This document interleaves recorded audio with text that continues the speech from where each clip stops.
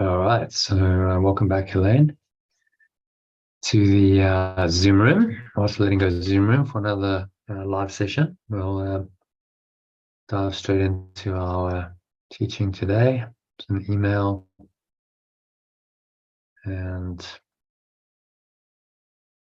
quote in the email and some related teachings that will lead us nicely into our lesson. And the insert on what is sin, and then we're going to do some text. Just repeated the text because it's very pertinent today to today's message. All right, so what are we doing? Let's let me share my screen.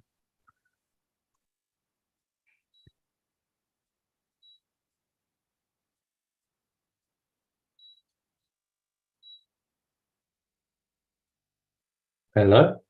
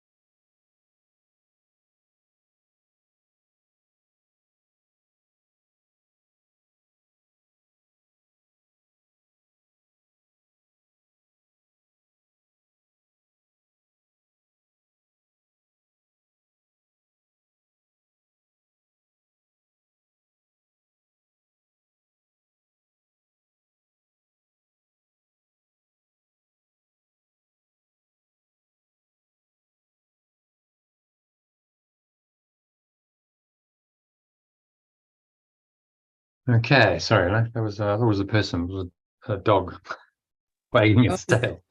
Oh, I just wanted some attention. No, I understand. Okay, yeah. so let me share my screen. You can read that quote. Yeah. Today. The day I understand everything was the day I stopped trying to figure everything out. The day I knew peace was the day I let everything go. The day I understood everything was the day I stopped trying to figure everything out. That's very appropriate because I'm trying to. It's a great quote. I think I use it in the Art of Letting Go course manual. If you call it, was the kind of the headline quote. Because it's really saying I don't know. You know, there's a sense of recognition that I don't have all the answers, and I can't try and figure it out with my irrational intellectual mind. So I need to let it go. I find peace when I let go. Yeah. I find the peace that surpasses all understanding, as it's been called in the Bible. You know, the peace of God that surpasses all understanding is what the Apostle Paul called it. That is not rational. You know, rationally, we should all be quite fearful and worried about the future, and concerned for many reasons about our lives, our welfare. That's the rational mind. So to find peace, you have to transcend that. Go above the battleground, as Yeshua calls it, into a transcendent awareness that gives you a higher understanding. I understood everything. The day I understood everything was the day I stopped trying to understand everything. Isn't that interesting? Yeah, that knocks. When you actually surrender and you give up, then you start to understand, more truly. Good example of that was the Buddha, who spent 7 years, doing spiritual practices, literally almost to death. He was on the verge of dying. And I think he just gave up in the end. It was like, well, I've tried so hard and I still don't know, I'm not really getting it.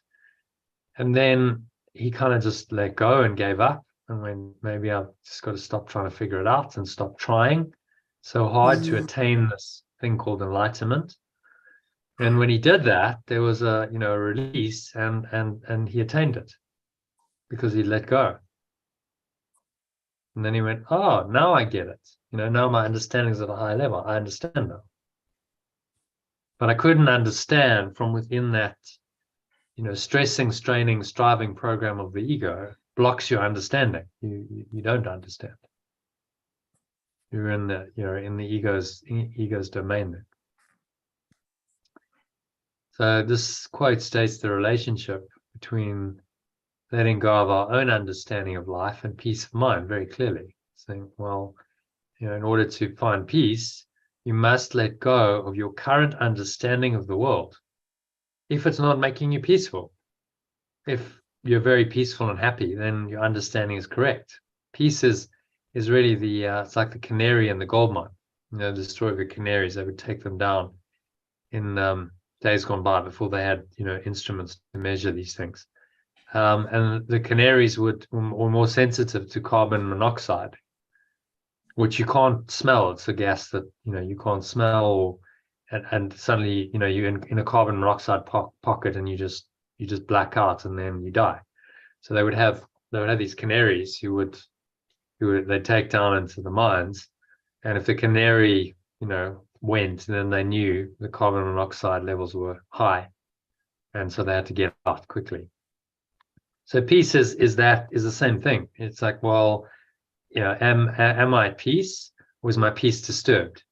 My peace is disturbed as the canary in the gold mine. This space is insufficient. Really? What's it? I don't really know what's going on there. Yeah, I have no idea why it's just decided to stop. Never mind. It's going live on YouTube, so it's uploaded there. So maybe I'll just try recording it again. See what happens. The mysteries of IT, eh? Why would it suddenly just decide to stop? No idea. Anyway, so the workbook lessons, the text, this whole course are designed to bring about just this undoing of your own, in other words, your ego's understanding of everything. So you can open your mind to the Holy Spirit's reinterpretation of everything you think you understand. That's the key thing. It's you must question. He says at some point that this course requires that you question every value that you hold. So every single value, every single belief, because it's part of a thought system, needs to be questioned. And that's the start of undoing it. That's the start of letting it go. If you question it and you see, well, maybe this isn't true, certainly not as true as I thought it was, then I have a way out. That's the start of letting it go. Now, this process, Yeshua calls forgiveness. We call it letting go, alternative letting go language. It will inevitably help you feel more peaceful. Right? So the way to find peace is to let go. That's the single method that he's giving us. Saying you must let go of your illusions, your false idols, your grievances, your judgments, and that's the way to experience peace. But we need to be sure that we're truly forgiving or letting go, which means that you are not trying to pardon sins that you think are real, but merely recognizing their unreality from the start, which we discussed yesterday, and because it's very pertinent, I thought we'd repeat it today. In section 6 of chapter 30, called the Justification for Forgiveness, this is what he has to say about pardon. So if you want to read that that quote from section 6 of chapter 30, please. Pardon is always justified It has a sure foundation. You do not let go of what is impossible to let go of, nor overlook a real attack that calls for punishment. Awakening does not lie in being asked to make unnatural responses that are inappropriate to what is real instead. It merely asks that you respond appropriately to what is not real by not perceiving what has not occurred. So, as he says in the quote, pardon is always justified because what you're pardoning is unreal, so it hasn't really happened. Therefore, you need only recognize the unreality of all error to practice radical forgiveness or letting go, which simply overlooks all apparent sins that it sees as ephemeral errors that don't really exist. So the key thing is not to make it real in your perception. You recognize its unreality, and that's how you let it go. You can't make it real and then try and let it go, because how do you let go what's real? You merely perceive that it's unreal to start with. Radical forgiveness helps you correctly perceive that there is really nothing to forgive. It restores your mind to an awareness of its true nature as unconditional love, which by definition doesn't acknowledge any conditions for love to occur. That's why it's unconditional. So the whole point of letting go is it restores your mind to the state of unconditional love, because you've just let go of all the blocks or the conditions for love to occur, and so what's left is unconditional love. On the other hand, the ego's plan for forgiveness always makes errors real and permanent in your perception of them, which is the definition of sin, and means that the error cannot be overlooked. So if those errors are real, they are permanent, they are therefore punishable. This suddenly sin and guilt become the new foundations of your mind and of your reality. And this leads to the ego's perception that completely pardoning someone's plainly visible so-called sins is impossible self-deception. And so then it says, well, here's how you can forgive, because you're in some distress. Ego recognizes that and says, well, try this will work. So first strategy it might try is what's called pseudo forgiveness, which is saying, well, the pious person, as the pious person in the right, you self-righteously pardon this, quote, sinner, because that's what a, quote, good person should do. And of course, there's no forgiveness there. You're judging the person as a sinner. You're judging yourself on a superior level to them. You feel separate from them. You teach them that separation is real. And it just perpetuates the illusion of separation.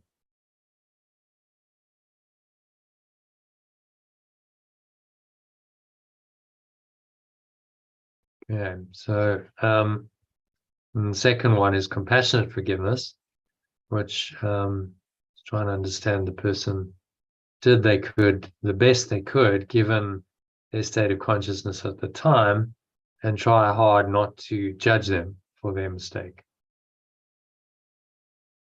To let go of the mistakes. Simply say, these did not happen. So both of these approaches miss the mark of radical forgiveness for different reasons, so they won't work to free you from all suffering. The first approach, called pseudo-forgiveness, because it's really judgment and condemnation masquerading as forgiveness, designed to reinforce the separate and superior identity of the person bestowing the forgiveness, without any genuine intent on their part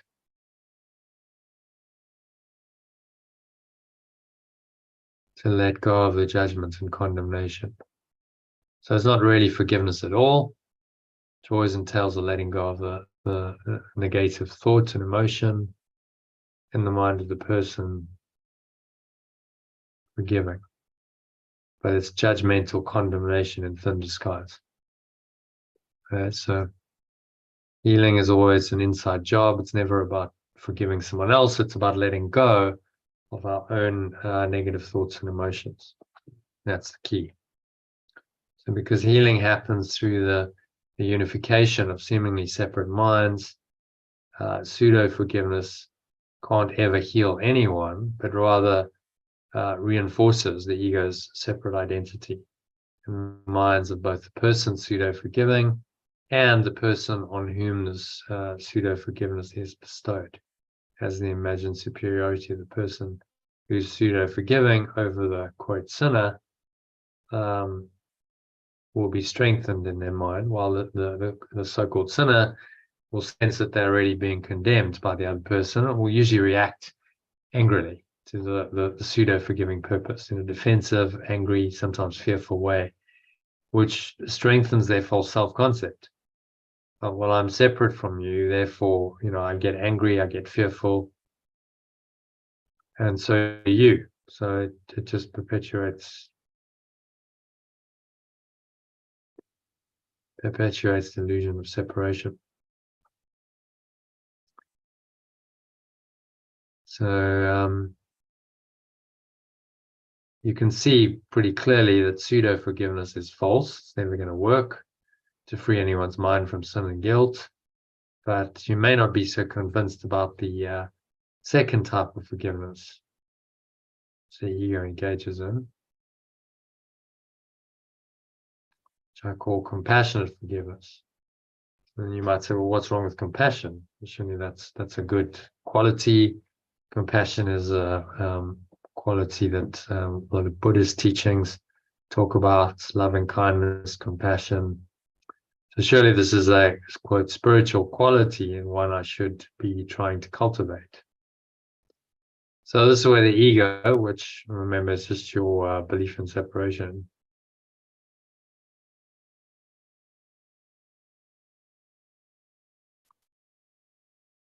so it gets very devious and cunning, because on the surface of it, it seems to be perfectly reasonable. But if you're willing just to scratch below the surface of this, you'll see that actually it's just the same thought system. Because compassionate forgiveness still assumes whatever seemingly happened to upset you has really happened. And now its negative effects in your mind must be mitigated by trying to understand why the other person did what they did. It assumes, of course, that he or she really did do it. So the classic thing, well, why did they do that? Well, maybe they've had a difficult life. They've had a bad childhood. Maybe they were abused as a child. And so I try and understand why they're behaving the way they are. So it kind of softens your judgment, attempt to soften the judgment. But it doesn't really get to the root of the problem, because it still assumes that situations really happened.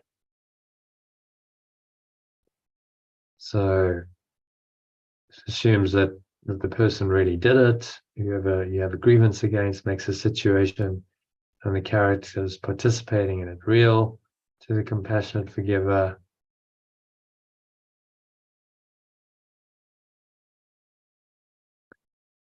And they will then have a sense of being a separate person living in a hostile world, trying and struggling to forgive what is seemingly unforgivable.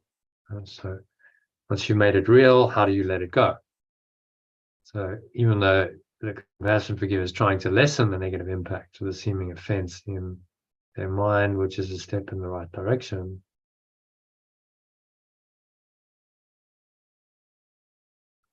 they still believe, they still believe the offense was really committed, then the world and their separate identity operating in it remain real.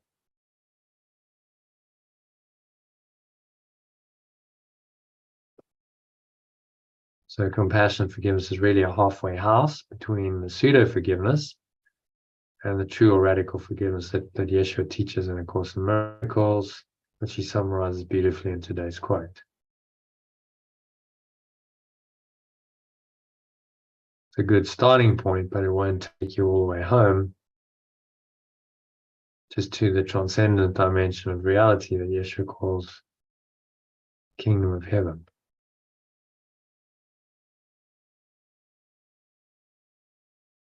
Because it still makes the world in the sense of a separate self operating in the world. Many, many separate selves that the ego is made up of real in your mind.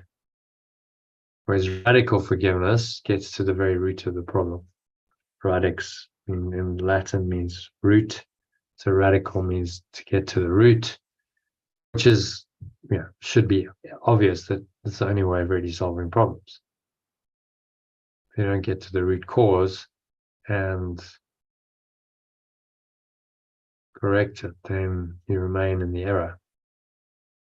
So if any word, action, or behavior that's seemingly been said or done is unloving, it is just unreal.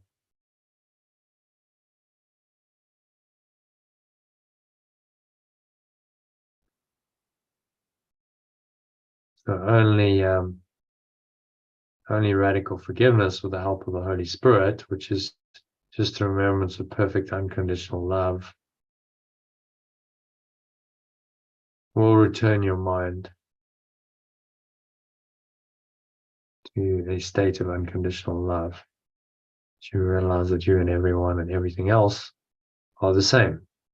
Everything seems to have a separate form.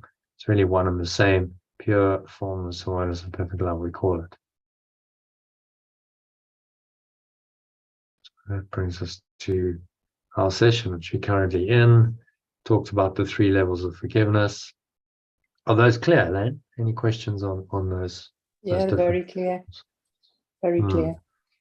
And can you see how they operate have operated in your life? Oh, yes. Mainly I'm the one in the middle. Yeah. Yeah. So that's what most sort of so-called spiritual people would do. So, well, I must have compassion, and being empathic, you really feel for the suffering person or animal. Yes.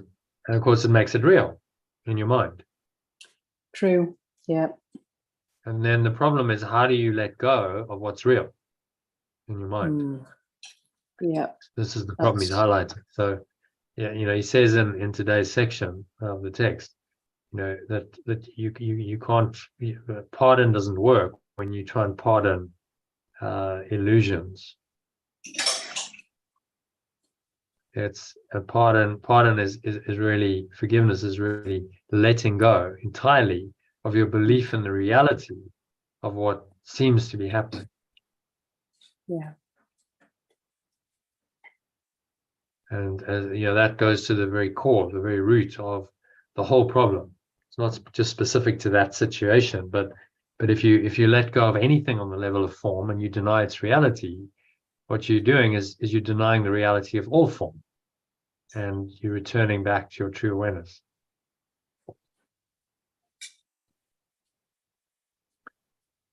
So only radical forgiveness will really help you. The other forms, pseudo forgiveness, compassionate or halfway forgiveness, are not helpful. They're not going to free your mind entirely. Level 2 is better than not doing anything. So it's, as I said, it's a halfway house. It can be a starting point, but at some point you've got to move beyond that and say, okay, well, it's not actually helpful if I deeply feel and I continuously feel burdened and upset and attacked. Yeah. Not helpful. So only the radical forgiveness, the Holy Spirit, which lets it all go and says, Beyond that is the state of unconditional love. Beyond that is pure formless source of perfect love. And nothing else. Okay, so that leads us into the session which we're in. Any other comments, questions on any of that teaching? No, that's good.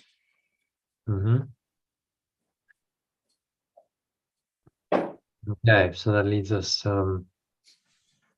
into our lesson and the insert, which today's lesson is on peace. So let me just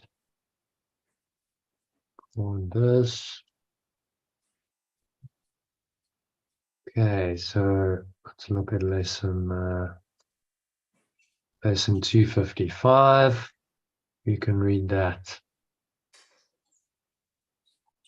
This day I choose to spend in perfect peace, or I choose to be in perfect peace today.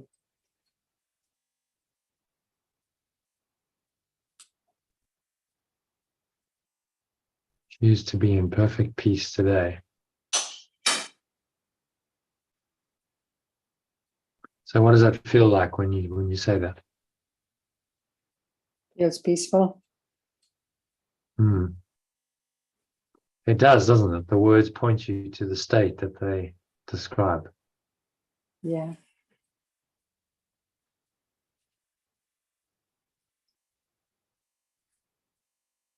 I choose to be in perfect peace today.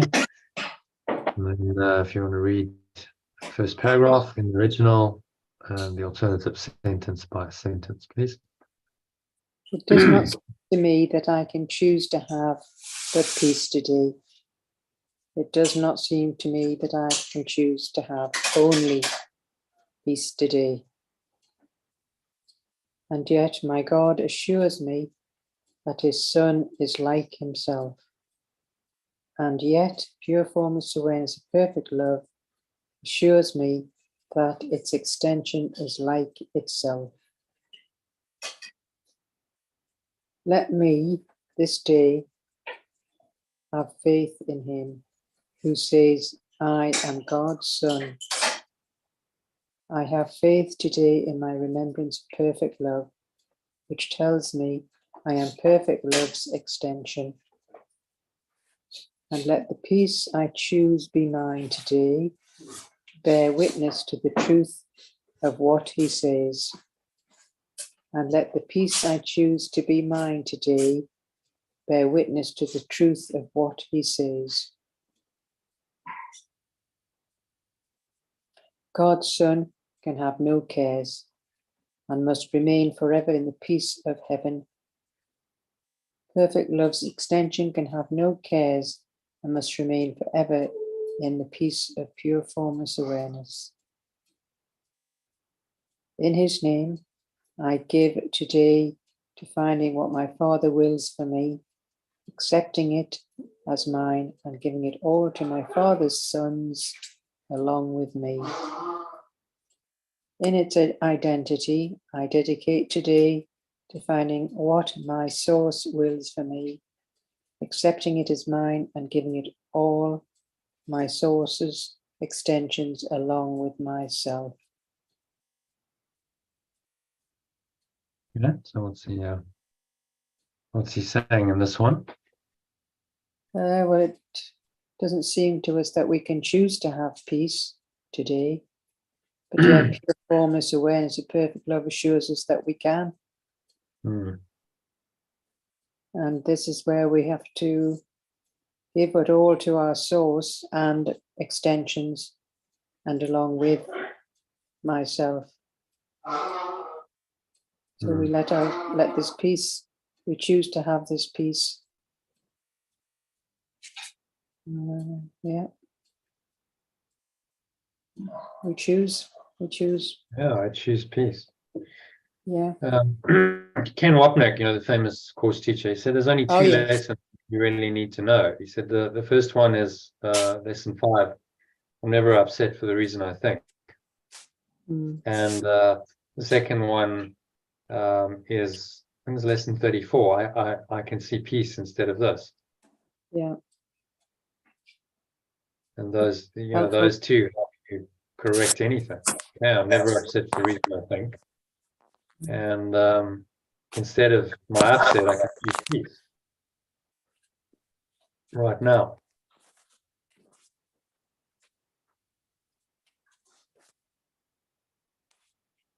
So this is just an explicit statement of that choice for peace, saying, in pure formless awareness, there's only peace. Both words point to the same state. Pure formless awareness of perfect love is inherently peaceful because it is pure formless awareness. There's nothing else. There's nothing to disturb your peace. Only in separation can there seem to be anything to disturb your peace.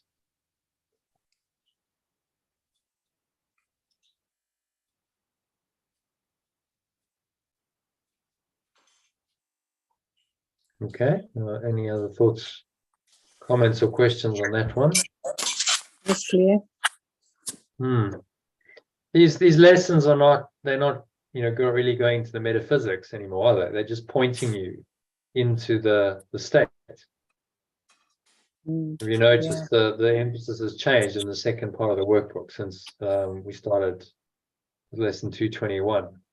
They're just pointers, direct pointers, short, sweet, into a state of mind. And the metaphysics and the explanations are kept to a minimum, which is why they're only 2 short paragraphs.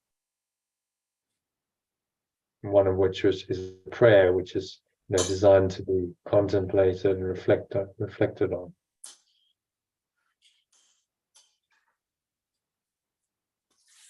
Okay, so I'm going to go to number 2, just a very short prayer.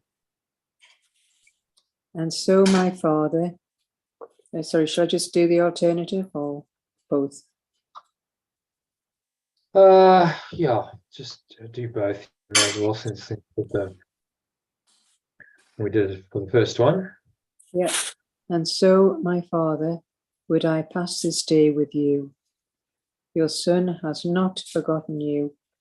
The peace you gave him still is in his mind. And it is there I choose to spend today. And so, my Source, I choose to live this day with you. Your extension has not forgotten you. The peace you gave me is still in my mind. And it is there I choose to spend today.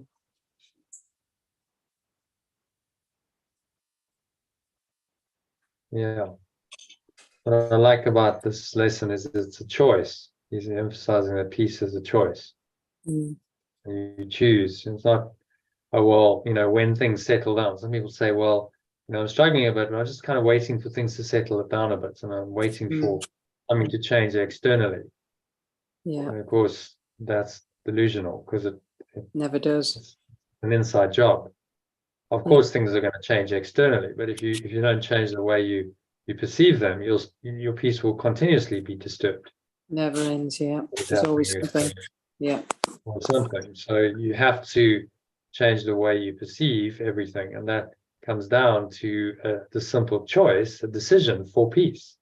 So yes, I choose peace, no matter what.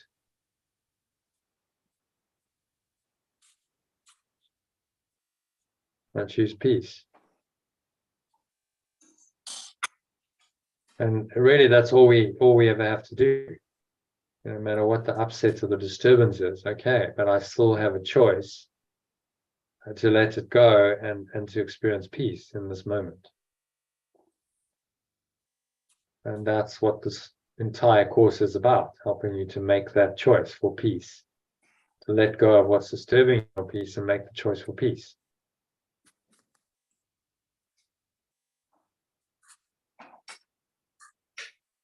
Okay. So shall we meditate on this to experience some of this peace? Because it's all experiential. It's not a theoretical exercise. Yeah, definitely. And you actually experience the peace for yourself. Otherwise, you haven't really understood the lesson. maybe intellectually, but what we're trying to go into here is experiential understanding. So I actually understand this because I've experienced it. Yep. Okay, so shall we jump into meditation then? So just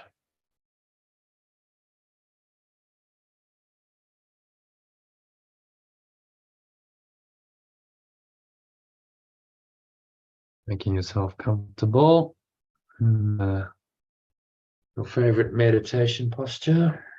So you're sitting on a chair, sit with your feet shoulder width apart, your back straight. Correct your position if you need to.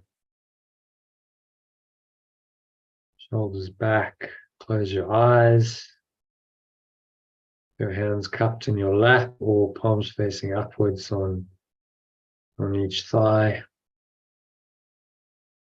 And start off with a nice deep breath in through the nose.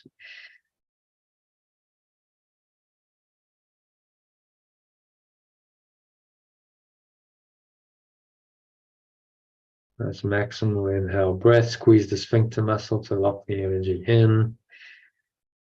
Pull the energy up the spine into your heart center.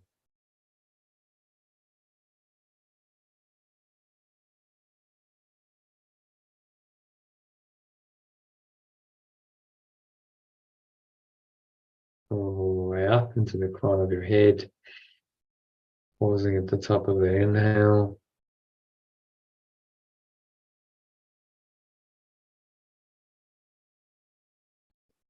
So just scan your mind at the top of the inhale. Take another sip of air in.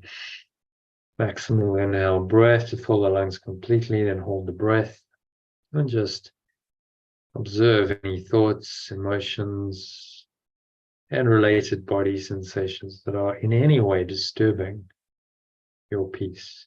So there could be a minor irritation to a major grievance. It could be a little bit of fear or anxiety. Could be some sadness. All of these thoughts and emotions really disturb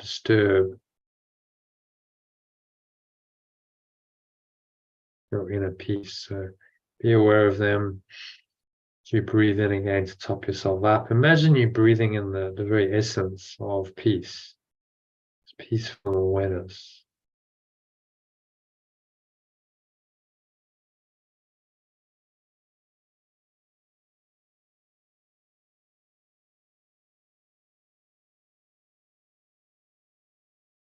So breathe it into every pore, every cell, every muscle of your body, every part of your mind.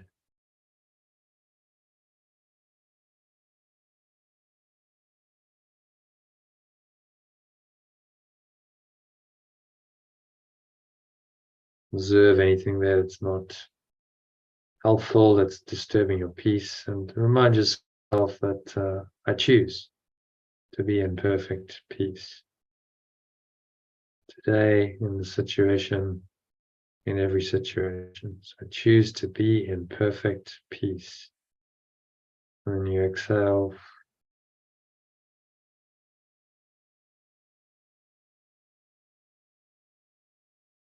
exhale.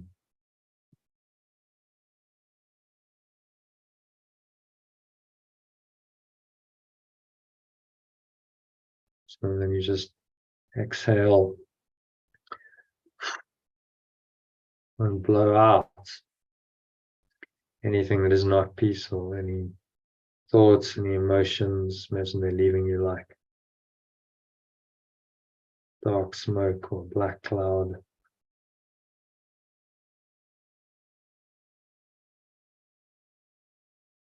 And just blow them away with the breeze of your breath. Then going on. From the lower stomach into the spine. Expel the last remaining air out. And your wrist.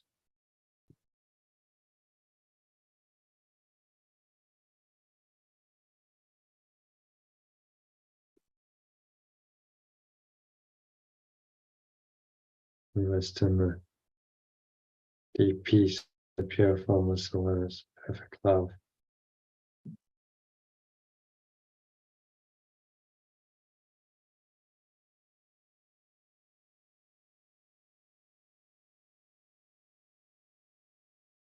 Peace of pure formless awareness is with you. So breathe in again. And just repeat these words after me as affirmations. So I speak them, and then when I pause, you speak them aloud as affirmations as you exhale. So breathe in. Imagine you breathing in this peaceful presence, fusing your body with this peace, every pore, every cell, every muscle, part of your mind, every fiber of your being. Pause, you hold the breath, you listen to these words, and then when I stop, you speak them aloud as affirmations of the truth. So Yeshua says, this day I choose to spend in perfect peace.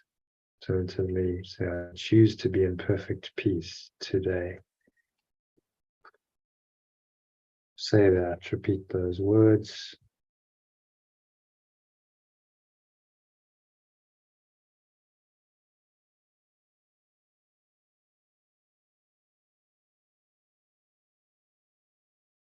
Choose to be in perfect peace today.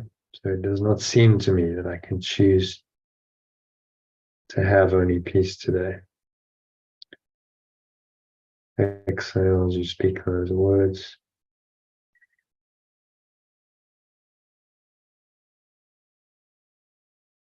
Breathing in again. Pure formless awareness of perfect love assures me that its extension is like itself.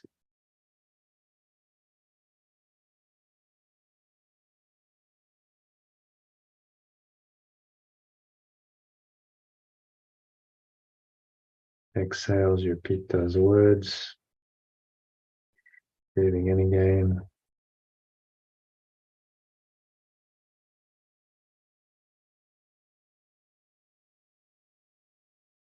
I have faith today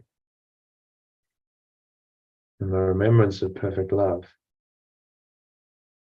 which tells me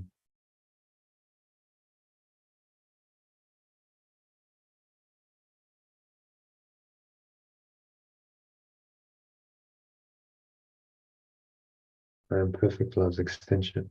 Say that. Faith today in the remembrance of perfect love, which tells me I am perfect love's extension. Say that with conviction. Breathe in this loving awareness, peaceful awareness.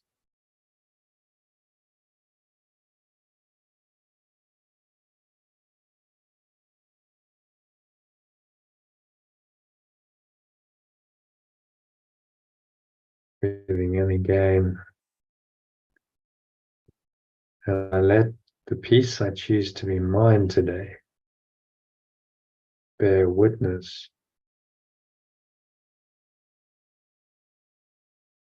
to the truth of what it says.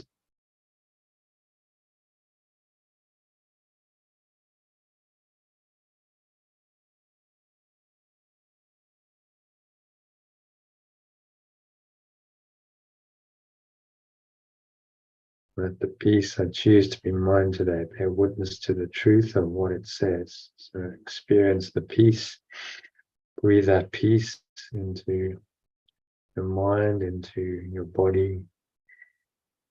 Feel this peace just infusing.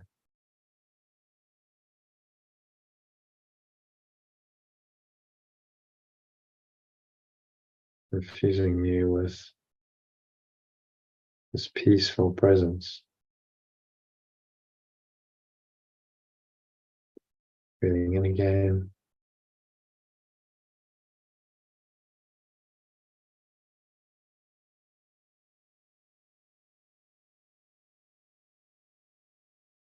Breathing in again. Perfect love's extension can have no cares. I must remain forever in the peace of pure formless awareness.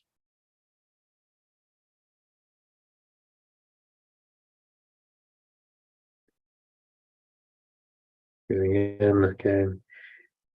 And its identity, I dedicate today to finding what my source wills for me, accepting it as mine, and giving it to all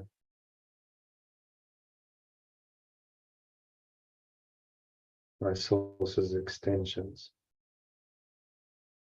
along with myself. And so you exhale,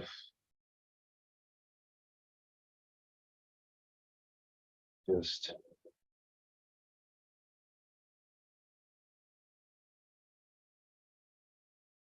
drop into a state .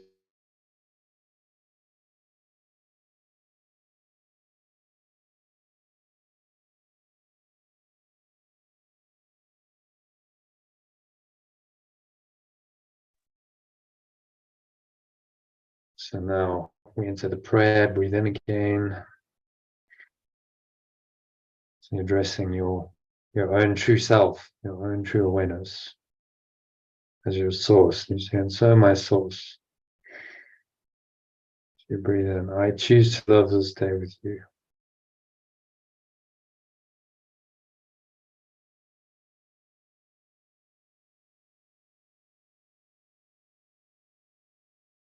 And so my Father, my source, I choose to love this day with you. And exhale. Repeat those words. I choose to live this day with you. Breathe in again. Just say your extension has not forgotten you.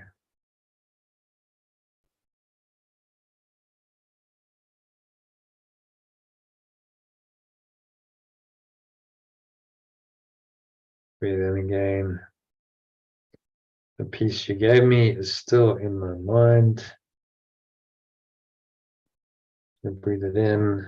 Invite it into your mind. Every part of your mind, every corner of your mind is infused with this peaceful awareness.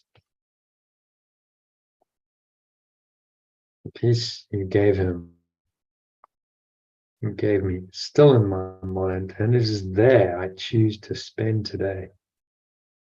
And it's there you choose to spend the next few minutes in a deeply peaceful, connected state.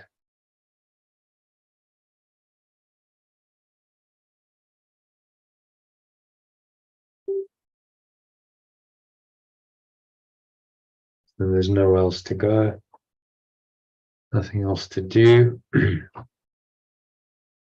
nothing else to think about.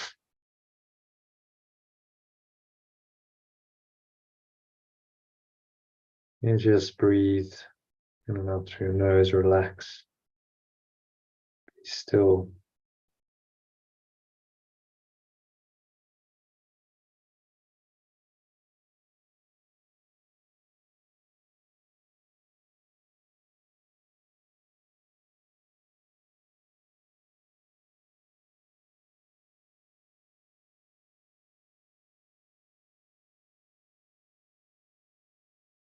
And just sink into peace.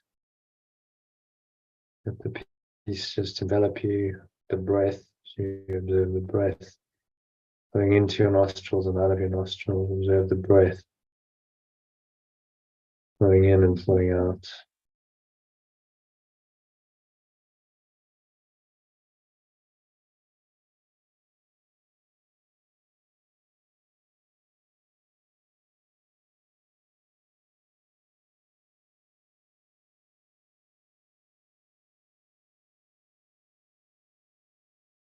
Nowhere else to go, nothing else to do, nothing at all. Think lots, just breathe and focus all your attention on your breath. Focus on the subtle flow of the air into the nostrils and out through the nostrils.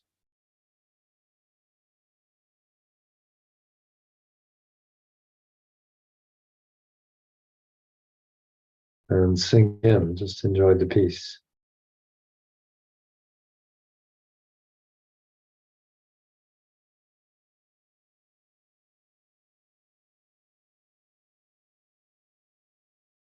This is the peace of God. It's been called peace of perfect love that passes all understanding.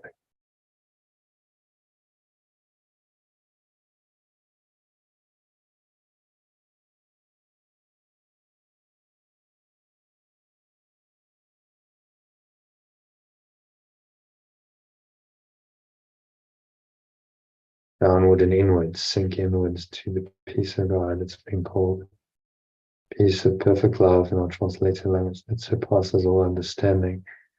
And let yourself experience that. You don't have to work at this, strive, stress, or strain. Just allow, sink inwards and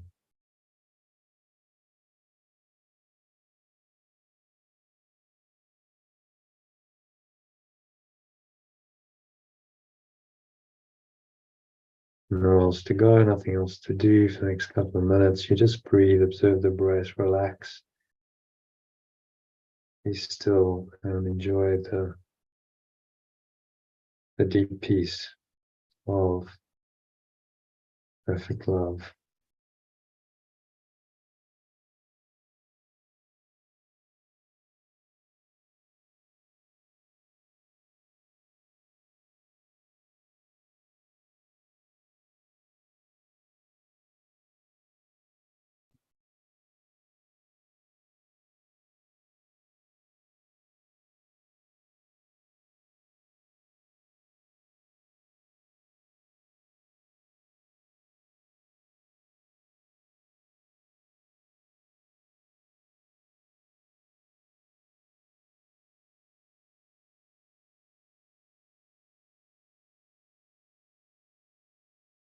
Any thoughts arise,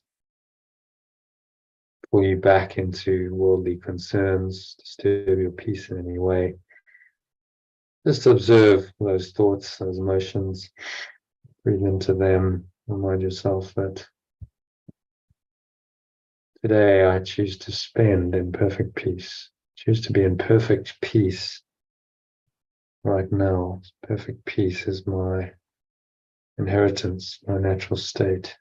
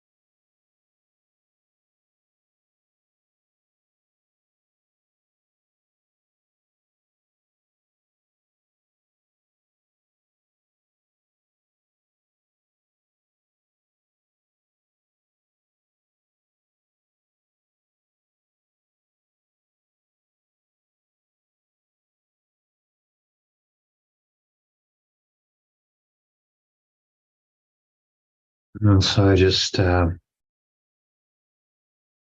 back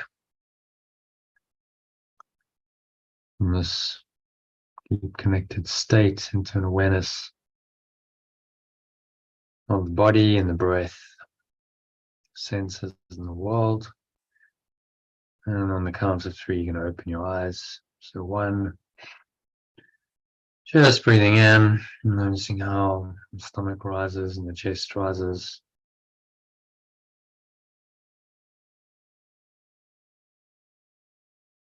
Subtle flow of air in through the nostrils.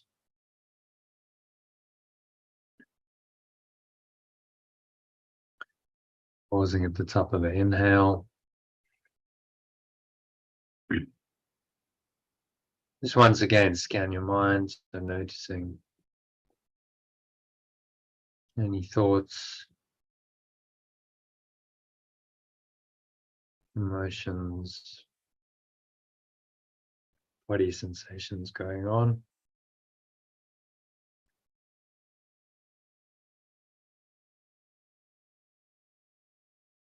And be willing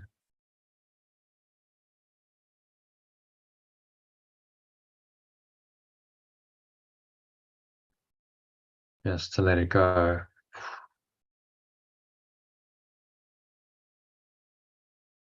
And you blow out whatever is there. Imagine you releasing it with a breath. It's going, gone. Low stomach into the spine. Expel the last remaining air out.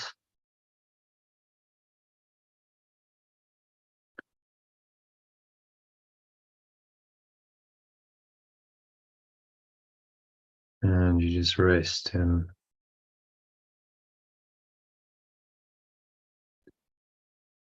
deep peace and stillness for a few moments. Count to 2, notice the weight of your body pressing down into the chair, your feet touching the ground. Noticing what you're feeling with your hands touching. And there's a subtle taste in your mouth. Smell in your nose, notice that. Notice what you're hearing in the surrounding environment, just noticing all these things from this very still, calm, and surrendered state. State of mind without illusions, state of mind which only the truth is true.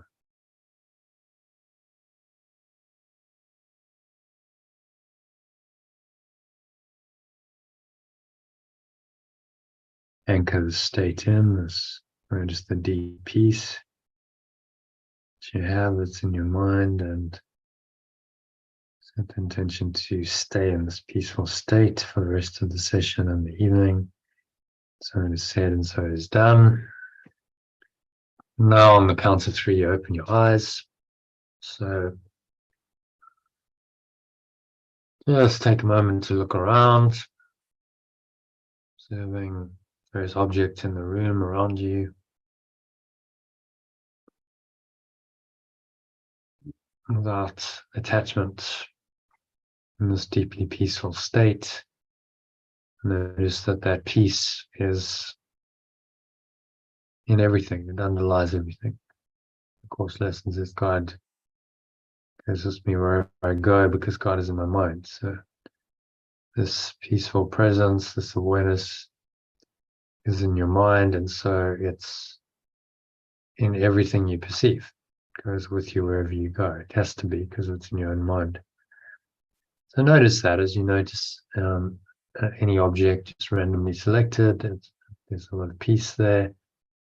Notice another one, it's the same piece. You can close your eyes or open your eyes and notice that the inner state hasn't really changed. This peace of God has been called, it surpasses all understanding, is with you always and in all ways. So anchor that state in, set the intention to stay there. If you need to top yourself up with a lesson, remind yourself of the lesson. I choose to be in perfect peace today. As a quick reminder, you can also use a breath break to top up your tank of peace if you need it. So that brings us to the end of the meditation and the first part of the session tonight.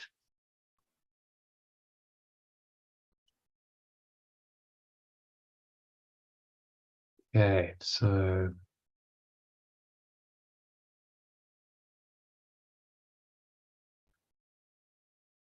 shall we go straight into our text reading, Elaine? Yes. Okay. There's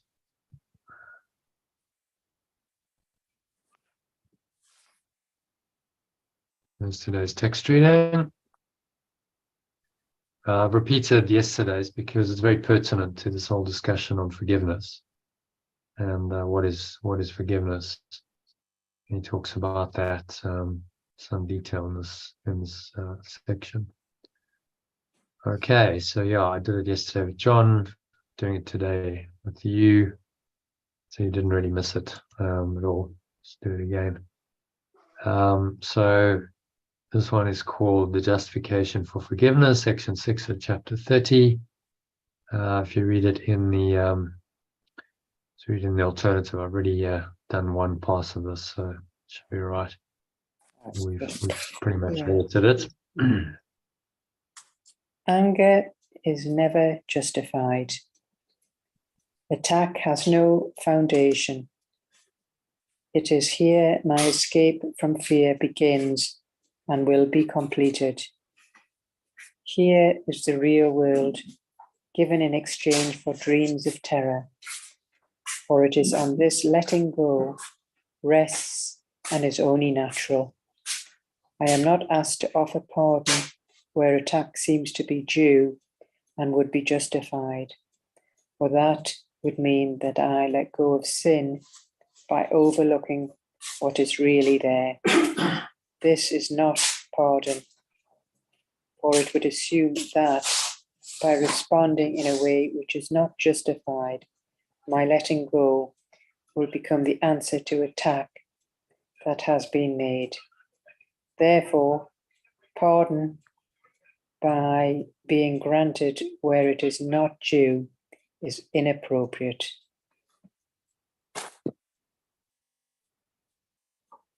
So what's he saying in this one? Anger is never justified. It has no foundation. This is where our escape from fear begins and can be completed. So we're not asked to pardon the attack. Well, it's a case of letting go, because because it's not a pardon,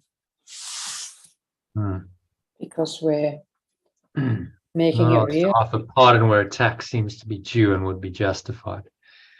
So this is, the world's forgiveness, the ego's forgiveness says it's really happened, and now you must somehow pardon what's really happened, and pardon the unforgivable. Often, there's some horrible stuff that happens in this world. People murder each other, and sometimes mass murders, and yet and war and so on. This is all this so-called unforgivable stuff. So if you perceive all of that as real, and it's really happened, and it's hurt you, and it's hurt others, and then you try and pardon it, you're going to struggle. And he's saying, if you see it as real, an attack seems to be due and would be justified. So, someone has really done this, and then you want revenge, so you want to attack them back, which is, the kind of cycle that we see playing out in the Middle East. This is what's been going on for generations, isn't it? I attack you, you attack me back, and we live in a reality then based on fear and attack, rather than love and peace and joy. If it's any less, I'll not hear it. They're saying here that we need to, go beyond this idea that it's happened. Can't hear what they say.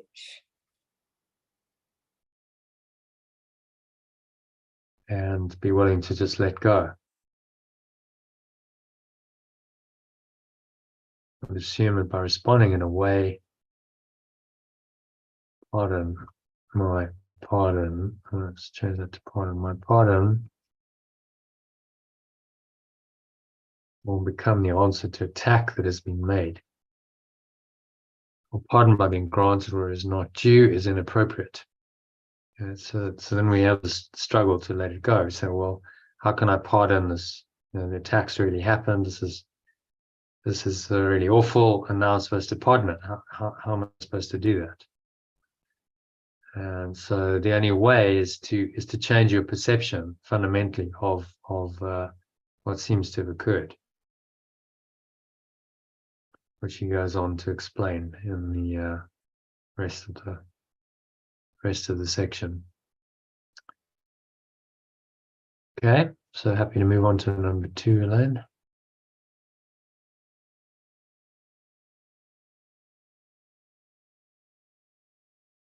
Yeah.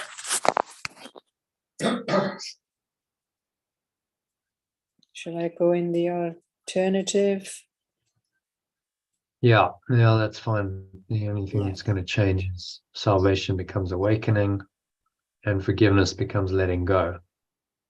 Right. So, true pardoning or letting go is always justified. So John and I decided that we'd put in letting go, Mm-hmm. And make it true pardon, because he was getting confused about pardon. Right. So because he talked about pardon in another sense here, for pardon. So true pardon is always justified, and because it's letting go, true pardon is always letting go. True pardon is letting go of your belief in the reality of what you perceive. That's what true pardon is. Right. So it has a sure foundation because it's based on the truth that this world is a dream. This world is illusion. Mm-hmm. Therefore, nothing that you perceive here is true or real. That's the sure foundation of true pardon. Okay, carry on. Yeah. It has a sure foundation. I do not let go of the unforgivable, nor overlook a real attack that calls for punishment. Awakening does not lie in being asked to make unnatural responses which are inappropriate to what is real. Instead, it merely asks that I respond appropriately to what is not real by not perceiving what has not occurred. If true pardon was unjustified, I would be asked to sacrifice my rights when I let go in response to seeming attack. But I am merely asked to perceive letting go as the natural reaction to distress that rests on error and so calls for help. Letting go is the only sane response. It prevents my rights from being sacrificed. Well, so what's he saying in this one? Summary. Well, true pardon is letting go is always justified, right? Because it's not real. True pardon recognizes that what you're pardoning or letting go of is not real. Just not real. So that's the metaphysical foundation on which all true pardon, which is the same as letting go. You can't pardon a sin that you think is real. That's not possible. Because as soon as it's real in your perception, then you try and somehow overlook that, becomes virtually impossible because you've made it real. You have to change your fundamental perception of that situation. Once you change it to the unreal, and you remind yourself that, you know, whatever you perceive in this world is simply unreal, you're in a dream world, then true pardon becomes natural. So, well, why am I getting upset over what's unreal? Exactly. It's just a dream. And we all know what that feels like in our, you know, in our dreams. In our dreams, we have these, you know, we can have a very real seeming dream, and then we wake up, and if it was unpleasant, we go, oh, thank goodness that was only a dream. And actually none of those consequences are real. It's all just, you know, evaporate. The moment I wake up, the dream evaporates, and none of that situation that I was dealing with is there anymore. It's gone. And what Yeshua is saying to us is, well, you know, it's the same with this world. You're just in a dream, and your entire life story, situation, all of the challenges and difficulties and problems you experience are nothing more than a dream. So, you know, don't value them as anything else, because if you value them, then you won't be able to pardon the inevitable destruction of them. Nothing here lasts, so you value it, and then it ends up fading away and, you know, dying and not being there. And then if you made it real, how do you pardon it? How do you let it go when you've made it real in your mind? So this is why it goes on and on about, you know, letting go of false idols, which are your false beliefs in form. Saying, I need to let go of all of those in order to be free.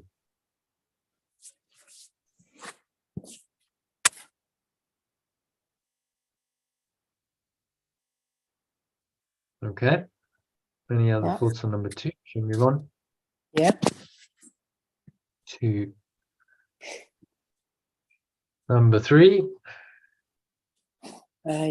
This understanding is the only change that lets the real world rise to take the place of dreams of terror. Fear cannot arise unless attack is justified. And if it had a real foundation, true pardon would have none. The real world is achieved when I perceive the basis of true pardon is quite real and fully justified. While I regard it as an unwarranted gift, it must uphold the guilt I would supposedly let go. Unjustified letting go is attack. And this is all the world can ever give. It pardons sinners sometimes, but remains aware that they have sinned. And so they do not merit the letting go that it gives. Yeah, so thoughts on that? Well,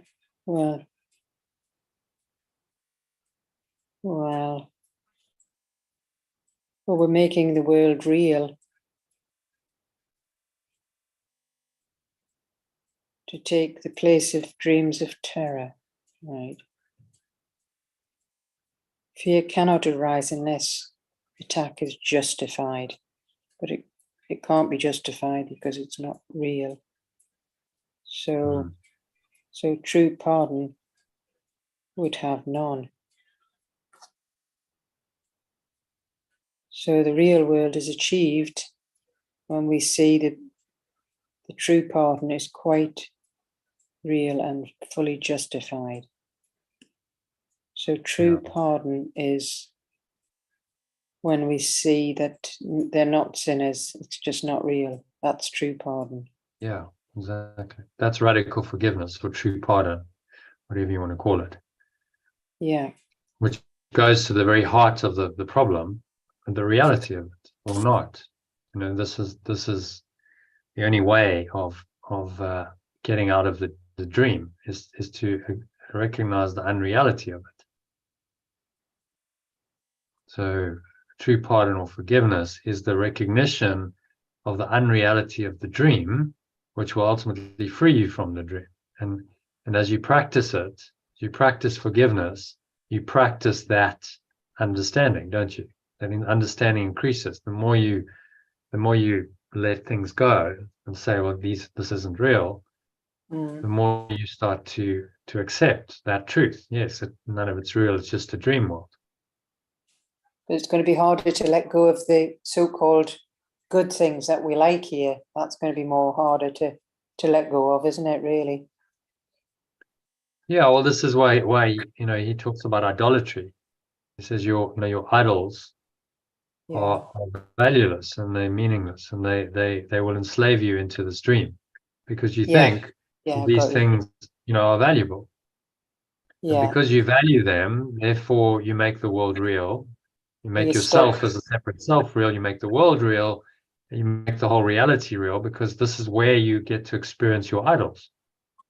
And one idol valued will cause your mind to come back, to reincarnate and come into another body, have another human life, and have to experience all the ups and downs, and ultimately the death that is entailed in a human existence. And one false belief will do that. Which is why he's so categoric. He's saying, you must let it all go, or you remain in the dream world. Because he knows that if you don't let it all go, there's still some illusions in your mind, then those, do have the power to enslave you. And then he obviously is trying to free our mind entirely to just live in pure formless awareness of perfect love that's completely outside of the stream world. It's nothing to do with the stream world. That's, his intention is to train our minds to that point where we are ready for God to take the final step. Which means that pure form, we just merge back in to pure formless awareness of perfect love.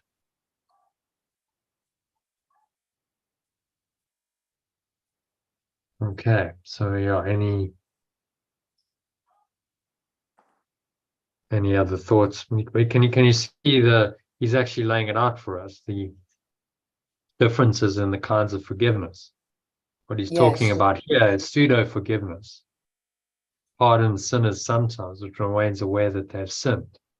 That's pseudo forgiveness. You haven't really let it go at all. You still believe they're sinners, and somehow as the righteous one, usually this happens in a religious context, that I'm more righteous than you, and I'm often Christian, so it tells me, my religion tells me I must forgive, but in my mind, you're still very much a sinner. So I'm pardoning a sinner, and I say, well, I pray for you, etc. But actually, usually, I'm perceiving that you're a sinner, that you're guilty, and that you will be condemned for your sin, which, of course, makes sin real. It makes the other person real. It separates you from them quite well, which is what the ego wants. So that is clearly not going to work. Any idea of sin and guilt maintained is automatically false.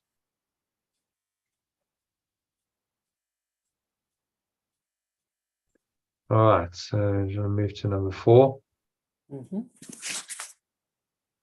I think just there's a bit to translate with God and so on. So read this one in the original and then the alternative. Kindly. Yeah. This is the false forgiveness which the world employs to keep the sense of sin alive. And recognizing God as just. Just one at a time, Elaine. Right.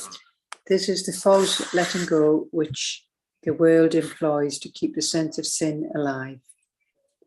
And recognizing God as just, it seems impossible. His pardon could be real. And recognizing pure formless awareness of perfect love is just. It seems impossible. Its pardon could be real.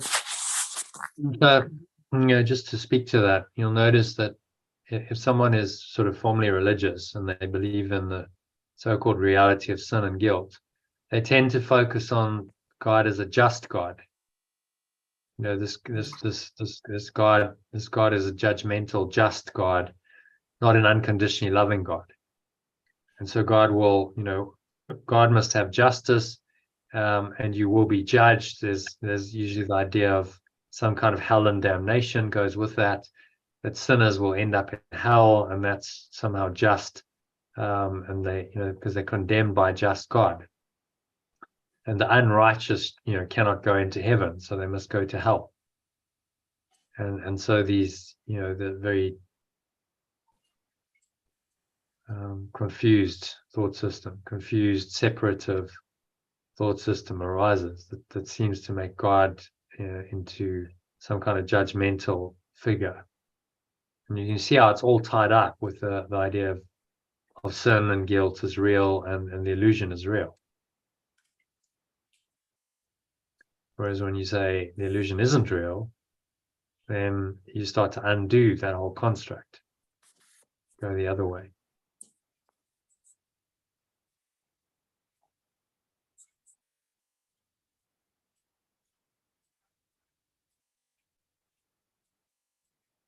Okay. So, yeah, 3. Thus is the fear of God the sure result of seeing pardon as unmerited. So is the fear of perfect love the sure result of perceiving pardon as unmerited? let's No say one- undeserved, shall we? We Yeah.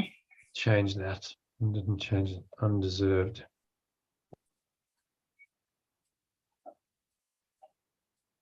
So if I think someone doesn't deserve pardon, then I must also fear perfect love.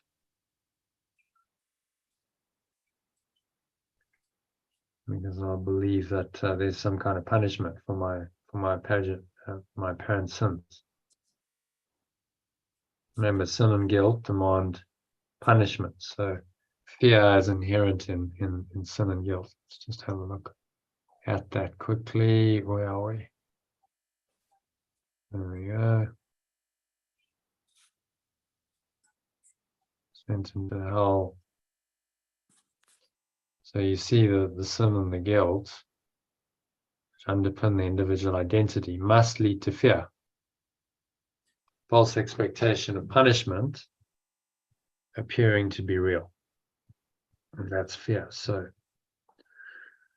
if you believe in the reality of sin, because you believe in the reality of this world, then fear is inevitable. And then the fear of God comes because you project that on to a concept of a fearful, wrathful, separate, and vengeful God who can now, apparently hurt you, harm you. That's why he says, so that the fear of God then becomes fear of perfect love is the sure result. So is the fear of perfect love the sure result of perceiving pardon as undeserved. Now, pardon is undeserved, sin and guilt is real. Well, you are going to create this concept of a fearful, wrathful, vengeful God, and you are going to fear its punishment. And so then, fear of God, fear of perfect love seems to arise.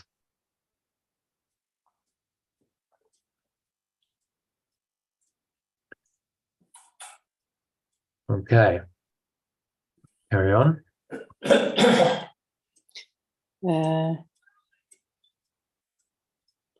Sorry, so no one who sees himself as guilty can avoid the fear of God. No one who perceives himself as guilty can avoid the fear of perfect love. But he is saved from this dilemma if he can forgive. But they are freed from this dilemma if they can let go. The mind must think of its creator as it looks upon itself. The mind must think of its source as it perceives itself. If you can see your brother merits pardon, you have learned forgiveness is your right as much as his. If I can perceive my companion deserves pardon, I have learned that pardon is my right as much as theirs. Companions deserve, or we'll make that plural.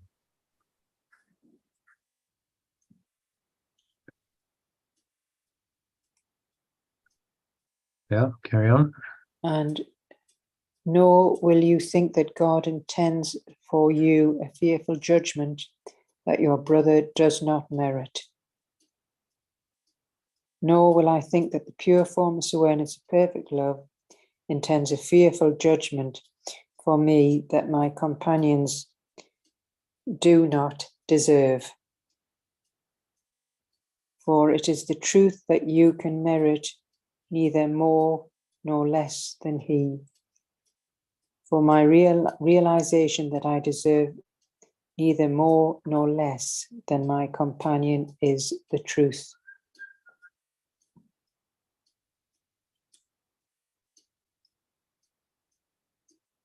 Yeah, so what's he saying in this one? What's about false letting go, where the world keeps the sense of sin alive, but if we recognize pure formless awareness of perfect love is just, it seems impossible its pardon could be real. So is perfect love sure? So the fear of perfect love, the unsure result of perceiving pardon as undeserved.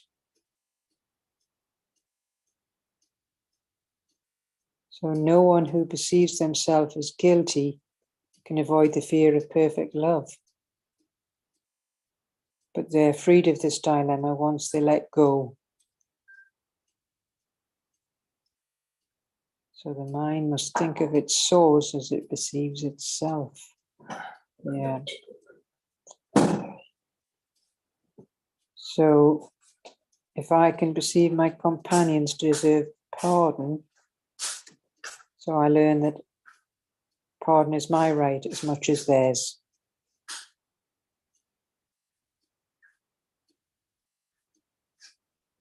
So for my realization that I deserve neither more or less than my companions is the truth.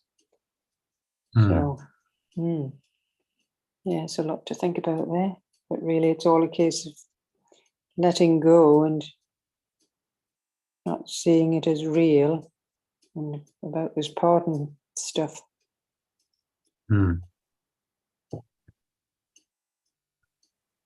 Yeah.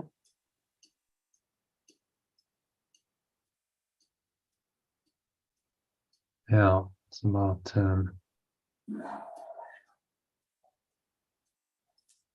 I can perceive my companions deserve pardon.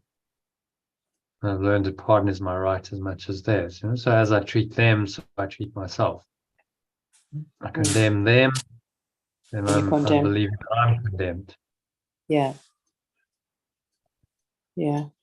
I let go of that condemnation, and I see that they're innocent. They've made a mistake in the dream, but actually their true nature is unchanged. They're completely innocent in that. And I perceive that, then I'm claiming that reality for myself. A realization I deserve neither more nor less than my companion is the truth. So if your companions deserve punishment, so do you. Yeah. And if they are innocent and deserve only love, then so do you. That's why he goes on and on about our perception of our brothers, our companions in this course. Because as we perceive them, so we perceive ourselves, and so we perceive God. You perceive them in an unloving way, as guilty, and that they deserve condemnation, then you believe in that energy of condemnation and attack, and you live in that reality.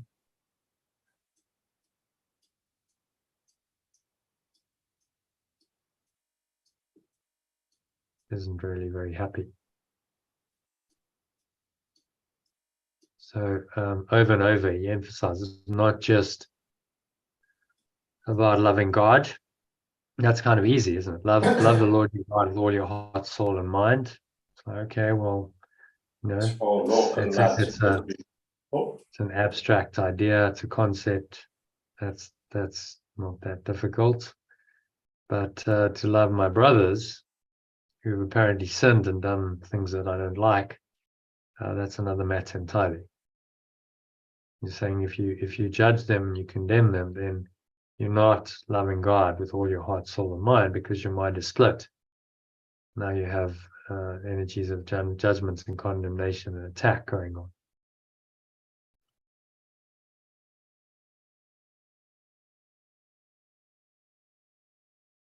Okay. Yeah. Happy with number 4? Yes. So moving swiftly on then to 5. Much to translate. Do you find it helpful to read it in the original, or doesn't really matter? No, I find it the alternative. I quite prefer the alternative. So forgiveness just becomes letting go. So that's the key translation of this one. Right. And the will of God will become pure formless awareness of perfect love. Right. Letting go, recognized as deserved, will heal. It gives the correction its strength to overlook illusions. This is how I learn that I must also be released. There can be no appearance that cannot be overlooked. For if there were, it would first be necessary that there be some sin that stands beyond letting go. There would be an error that is more than a mistake, a special form of error that remains unchangeable, eternal, and beyond correction or escape. There would be one mistake that had the power to undo being and make a world that could replace it and destroy the pure formless awareness of perfect love. Only if this were possible could there be some appearances that could withstand the correction and not be healed by it. Yeah. Yeah. Well, letting go is recognized as healing, as deserved will heal. It gives corrections their strength to overlook the illusions.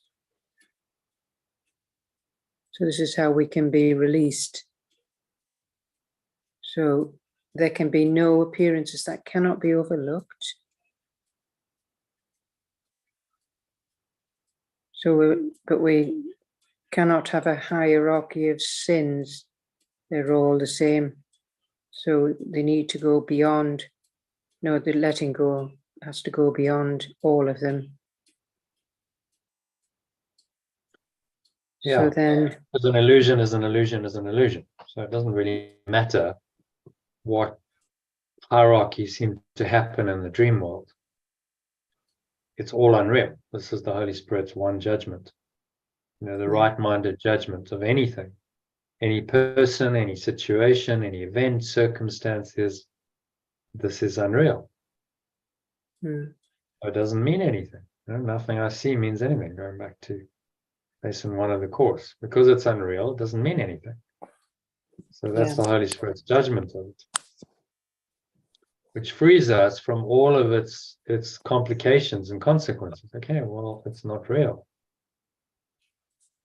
It may seem to be very real, and I've got my mind convinced that it's real, but it remains unreal.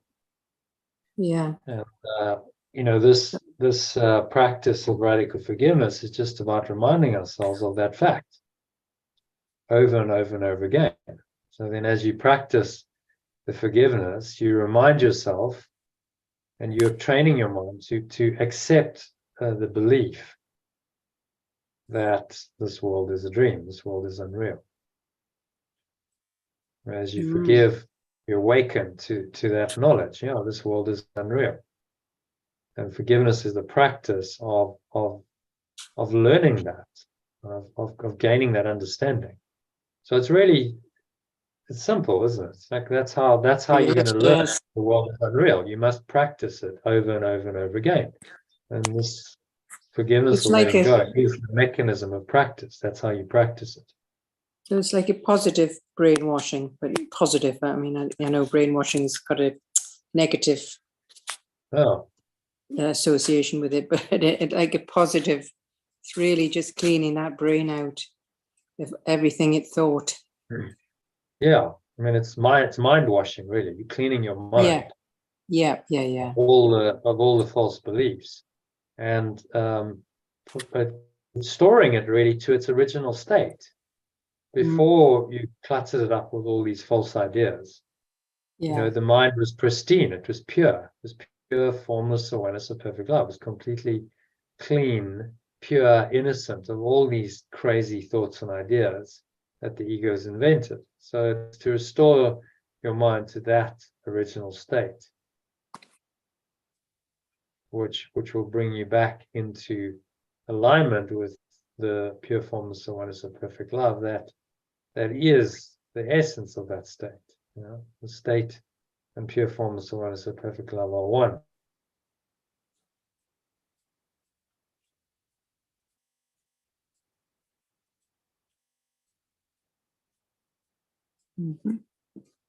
Yeah, so there's no appearances that cannot withstand the truth that none of these are real.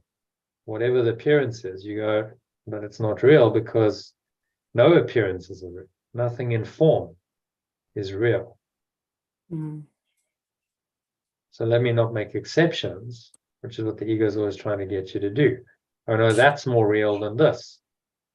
Well, that one's really scary. That appearance is really scary, and that one actually you quite like.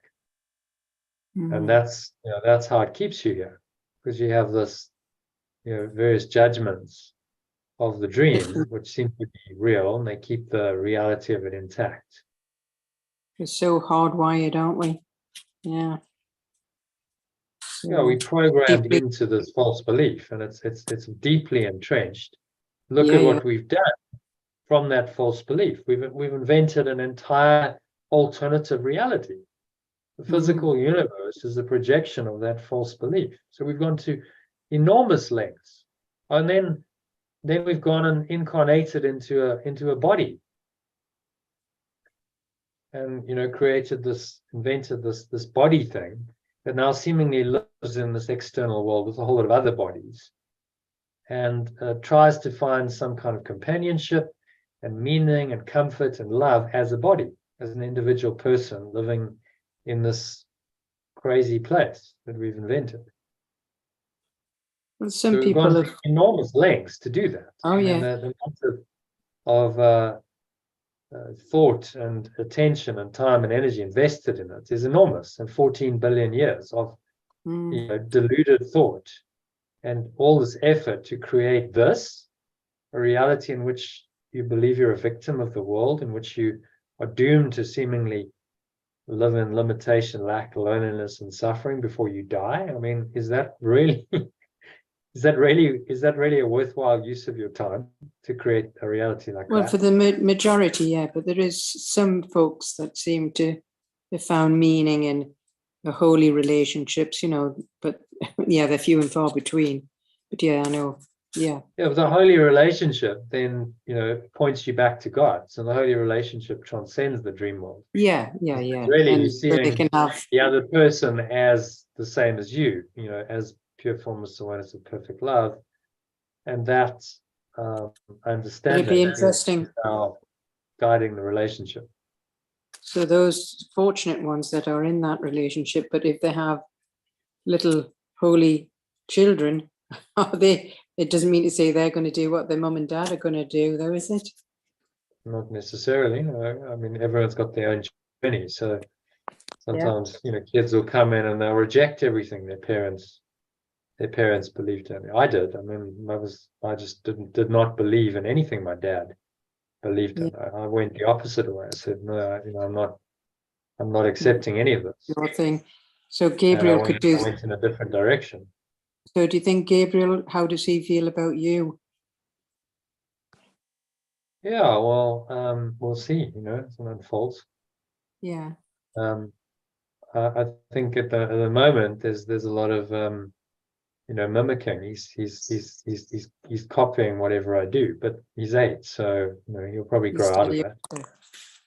So He'll grow out of that, and when you're a teenager, then he might say, "Oh, actually, I want to do it my way. I don't want to copy you. I don't want to, be a carbon copy of you. I want to find my own way," and that's healthy. I need to do that. Yeah. I'm in some ways very grateful for my dad's example, because it was a great example of what not to do. So I'm going to then make a conscious choice to go not to do that and go in another direction. So it really did shape my decisions. So that's good. Yeah, it was meant to be. So all perfect in its imperfection, although we never agreed, and I had to withstand a lot of criticism. Well, what can you expect from the ego? Of course it's going to criticize you. Yeah. If you're really following an inspired path of awakening, of course the ego is going to criticize you, because it doesn't want you to do that, does it? So that at a young age, I was in my 13, I think, I made a decision. Yeah, I remember you saying. No, I'm not going to follow his way. I'm in fact going to do the opposite. Whatever he says, I'll do the opposite. Of course, that doesn't make for a happy relationship. But that's what a lot of teenagers do. A lot of teenagers do that, don't they? That was my approach, because I don't want to become like him. So I must then make different choices, and that was very clear to me. And so I had at an early age, I had some kind of guidance system, which is do the opposite of what he wants me to do, which meant actually going in, against the ego's wishes. So it took me in a positive direction. And here we are, 30 odd years, more than 35 years later. And I wouldn't be having this conversation with you if I'd followed, the normal route. So you've got your father to thank you for that. Yeah, exactly. So, why wouldn't I be grateful for that? He was perfect in his imperfection. So although it was difficult at times, it was like exactly what I needed to learn to follow my heart and listen to the Holy Spirit. It was part of my awakening journey. So, then perceive from that perspective correctly, why would you have any resentment or anger? It was all part of your journey. It was perfect. Yeah. It's imperfection. And then there's a letting go. There's no judgment. There's no anger. Okay, well, it was all, that was what needed to happen. So it did happen for my advancement. And that's the reinterpretation of the ego's dream by the Holy Spirit. Yes, I never got on with the man, and he criticized me greatly, but it was all part of my awakening. So great. I am what I am today because of that. That was definitely a catalyst. I was exposed to, I was lucky, in many ways. So my sister started reading these positive books because she was ill at a young age, in her teens. So she'd read all these books about the power of your subconscious mind, and Napoleon Hill, Think and Grow Rich, and those kinds of books. And so at a young age, I was reading this stuff, and it was like, wow, this is really exciting and inspiring. It's basically saying you're not limited, you can achieve whatever you want to. And then I contrasted with, my dad's thought system, which was like, no, you can't do any of that. It's very limited. In fact, you're going to struggle to make ends meet. You're going to struggle to get a job when you finish school. It was all just very negative and depressing. I'm like, well, which one am I going to choose? Yeah. Kind of a no-brainer, really. I mean, it is. Why would I choose the negative when this inspires me? So and I was exposed to the positive, and then I also had the negative, as and those were the two thought systems really demonstrating themselves, and I had to choose. And well, I made a choice for the positive, which meant I had to let go of an attachment, a special relationship. I was like, well, I have to sever that. I can't let that relationship hold me back. If I'd been trying to please him, people pleasing, caught up in a special relationship, then it would have sabotaged my spiritual growth. So is your sister the same as you? Is she the same? No. She's Not the same. She followed a much more conventional path. I mean, ultimately, she's the same. Which is all right, yeah. Yeah, she's doing fine. She followed a more conventional path, which... the main thing is she's happy, yeah. Well, happy, that sounds a bit cliche. I spoke to earlier. She's doing a job, not getting paid very much, and not overjoyed with it. So not so happy. Escape to the sea. The sea. Solution on the level of form. Yeah, she wants to move down. So she's inland in Johannesburg. She wants to move down to the coast. Right. And live there. Which, on the level of form, okay, that better location, but really, it's a change of mind that needs to happen. An inside job, yeah. Inside job, not external, but I can't tell her that. So no, she's got her journey, of course. Yeah. So let's go back to the where are we? Letting go. Okay. So any other thoughts or comments on number 5? No, that's fine. Thank you. Really just saying that there's nothing that stands outside of healing. Can change our mind and heal any situation, because we can let go of anything. Yeah. Okay. There is no surer proof that this world is what I wish for than my belief there are some forms of sickness and misery letting go cannot heal.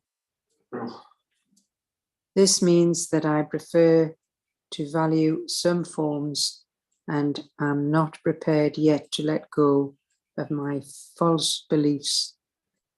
Let all my false beliefs go. And so I think that some appearances are real and not appearances at all. I am not deceived about the meaning of a fixed belief that some appearances are harder to let go of than others.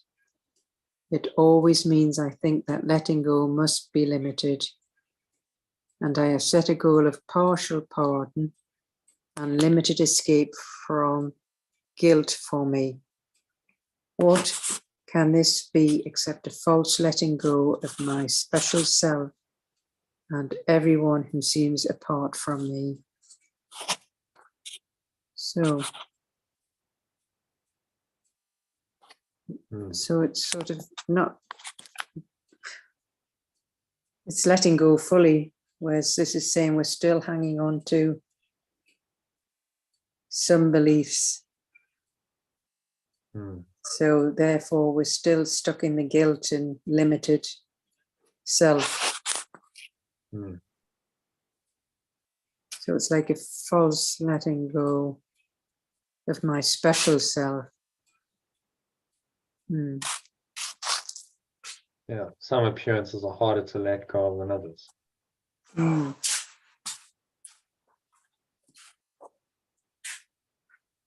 That's not true, right? An appearance is an appearance is an appearance.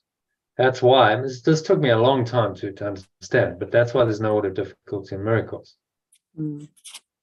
Because an illusion is an illusion is an illusion. There's no hierarchy of illusion. So you can always change your mind about any illusion. Irrespective of what's happening on the level of form, you can always correct your mind. So this isn't true. That's all the miracle involves. And then what happens on the level of form is secondary. When you start with the course, your mind is very much attached to form.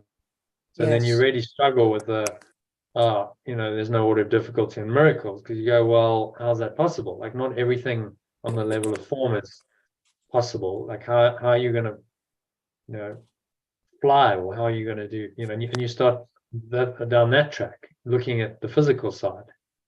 Yeah. And then it's very difficult to believe there's no order of difficulty in miracles, because there seem to be physical limitations, and you've been schooled in those, you've been brought up in those. But if you understand that there's no order of difficult miracles, because every illusion is just an illusion, and every illusion is in the same order of reality. They're all the same. So you can correct any of them by just changing your mind. I mean, that's so simple, isn't it? Okay, well, it's just an illusion, so I'm not going to value it. I'm not going to believe it. I'm not going to value it. It's not real. It's not true. And there's the miracle right there. You've just done a correction in your mind. And then that will lead to the genuine shift that usually leads to effects on the level of form. Something changes on the level of form as well. But it may not. Because the form is secondary. Remember, if we look at our integral model, it's primarily the shift here in this internal domain, interior domain, upper left quadrant, the subjective self of thoughts, emotions, memories, states of mind, perceptions, and immediate sensations. It's a shift in that is primary. That's primarily the domain of miracles. And then what happens on the level of form in the exterior, the objective that's related to your body and your actions, and the interobjective, that's everyone's collective dream, that's secondary. But the primary miracle is always here, and the secondary miracle is here. And he uses the term miracles for both. To say a miracle or correction is a change of mind, and then he'll also use it in the context of, well, there's something that happens on the level of form that you would call a miracle, which is a shift in these circumstances, like a miracle of healing, as a result of the change of mind. And so the change of mind feeds the miracle on the external level, and that feeds back into the mind and says, well, yes, now this thought system must be true, because you've got confirmation of it in form. And so now we're in a positive upward spiral. I change my mind, I get miracles happening. Oh, that tells me that I'm on the right track, confirms that this change of mind is a positive one.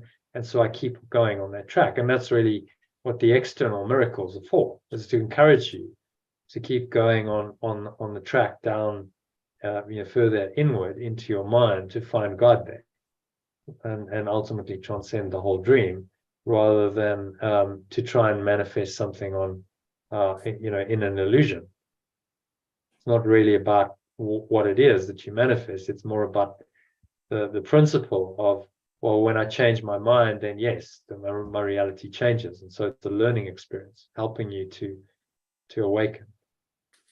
And so that's the difference between conscious manifestation, saying, I want to manifest something because I think it would be good. And there's a big movement in personal growth movement of that, and miraculous, surrendered or miraculous manifestation, where it just happens as a secondary effect, a byproduct really of the change of mind, without really an undue emphasis on form. You're not really seeking any form outcome. You're merely seeking to change your mind. See, so in the miracle, this is primary, this is secondary. In the conscious manifestation idea, the form becomes primary, and then secondarily you go, oh, well, when I get X, Y, Z, if it's some physical accomplishment, or it's something, a possession, it's more money, or something you want to buy or an experience, when I get that, then I'll be happier. So it's outside in, you see, rather than inside out. And that's the primary difference between the miracle and conscious manifestations. Yeah. Sorry, do you have a question a minute Yeah, ago? well, no, I'm just sort of thinking, that, if none of this is real, then what's the point of having emotions? We're almost going to be like robots, aren't we? Well, emotions, we're talking about things that move you. That's why it's the root word is motere, which means to move. It's what moves you off the state of pure formless awareness, moves you away from it. So we, rather than talk about emotions, talk about a state of mind or being. And your true state of mind is blissfully happy. Yeah, right. Total bliss, peace, and joy. That is not an emotion. You could call it emotion, but I think better to call it a state.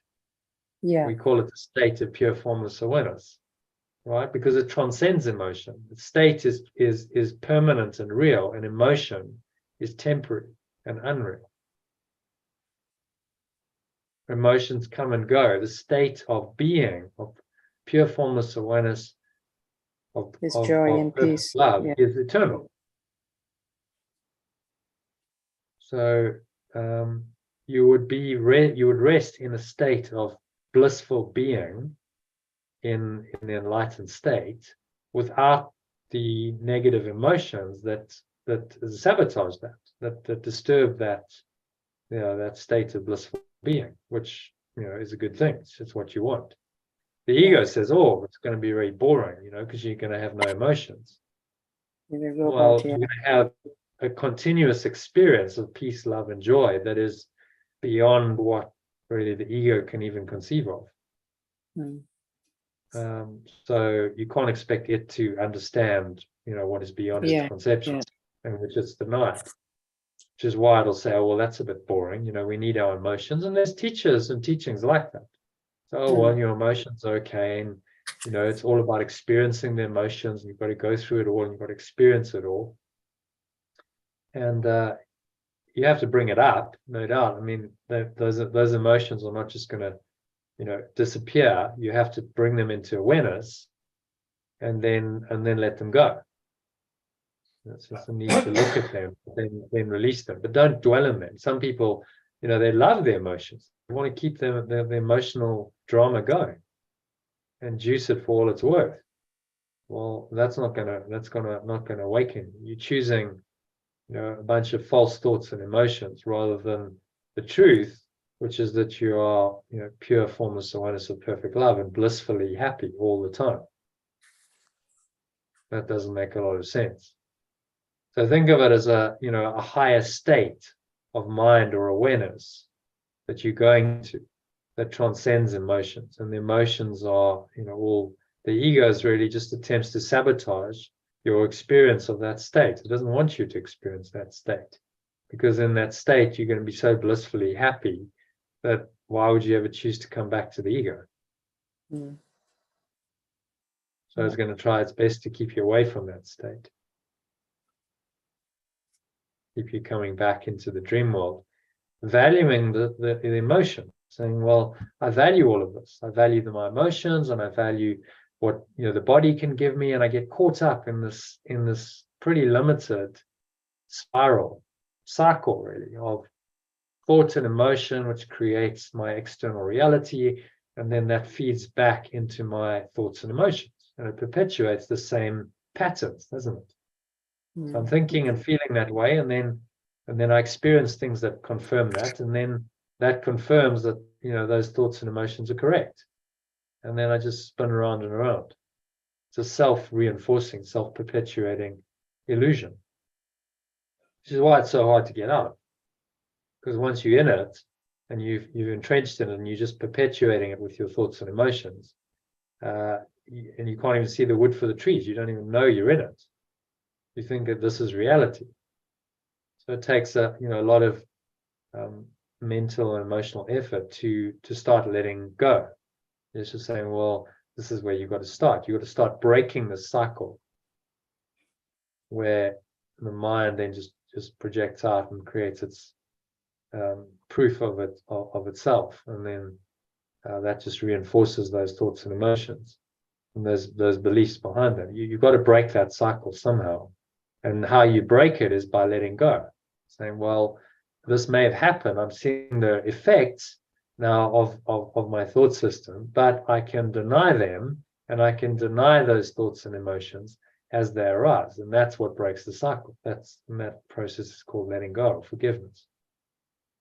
And then you start severing that cycle and moving more and more into subjective I, which is not dependent on the objective it. This is not related to anything else. It is its own reality, is what Yeshua is saying to us.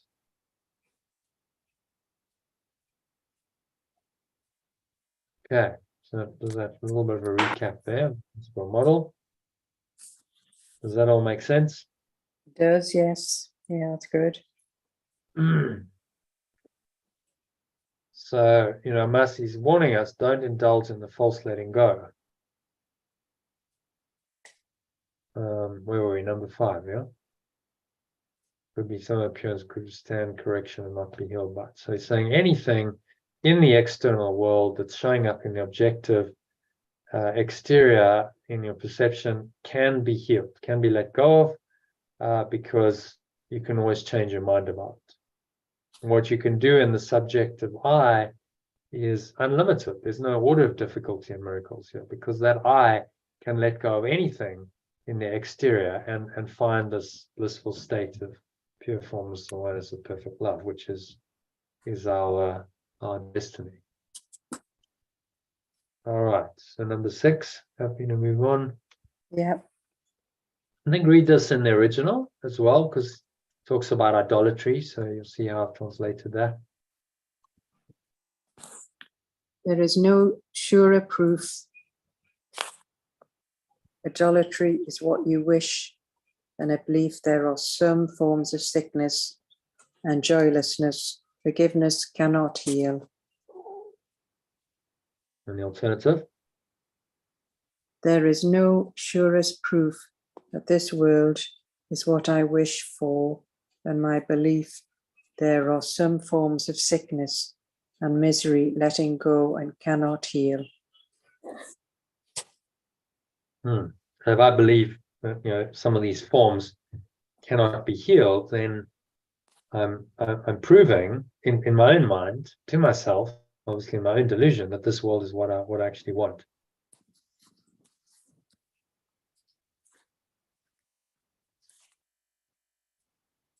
It's not the case. It's not what I really want, but the ego tells me it is. This means that you prefer to keep some idols and not prepared as yet to let all idols go. This means that I prefer to value some forms and I'm not prepared to let all my false beliefs go. And thus you think that some appearances are real and not appearances at all. And so I think that some appearances are real and not appearances at all.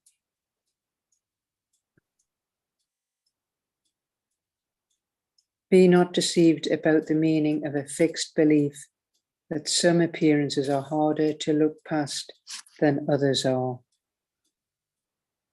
I am not deceived about the meaning of a fixed belief that some appearances are harder to let go of than others. It always means you think forgiveness must be limited. It always means I think that letting go must be limited. And you have set a goal of partial pardon and a limited escape from guilt for you. And I have set the goal of partial pardon and limited escape from guilt for me. What can this be except a false forgiveness of yourself and everyone who seems to be apart from you? What can this be except a false letting go of my special self and everyone who seems apart from me. Okay, so what's he saying in this one? Well, it's just back to the not letting go of some, but holding on to others, and partial. You're just doing a partial pardon, and limited escape from guilt for ourselves. But what this can be is just a false letting go of the special self and everyone who seems to be apart from me. So it's just partial. So it's not really letting go properly.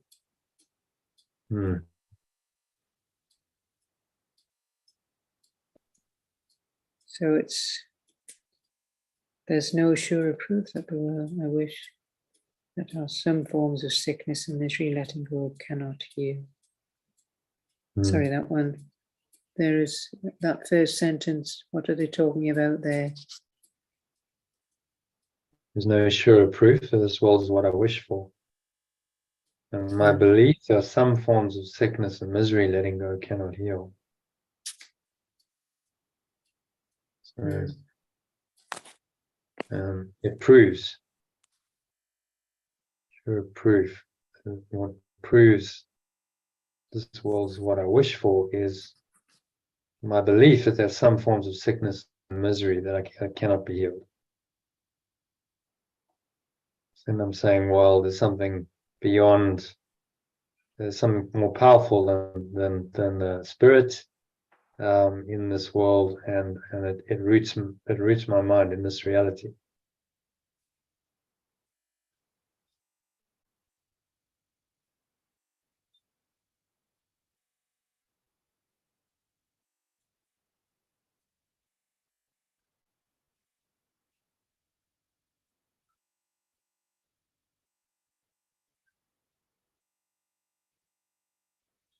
Yeah, is that clear? Yeah.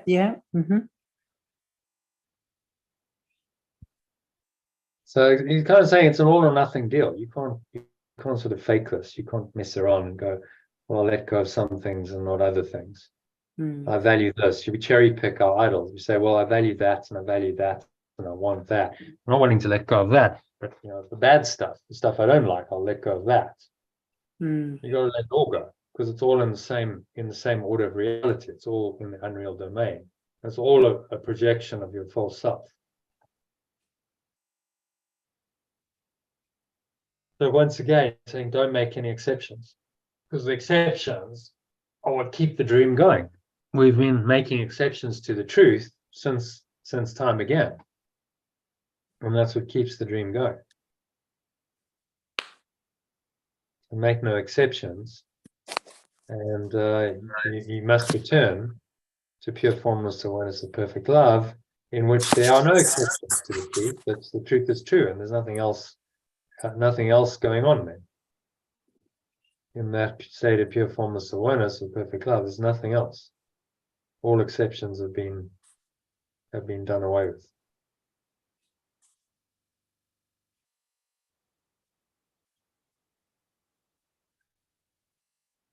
All right.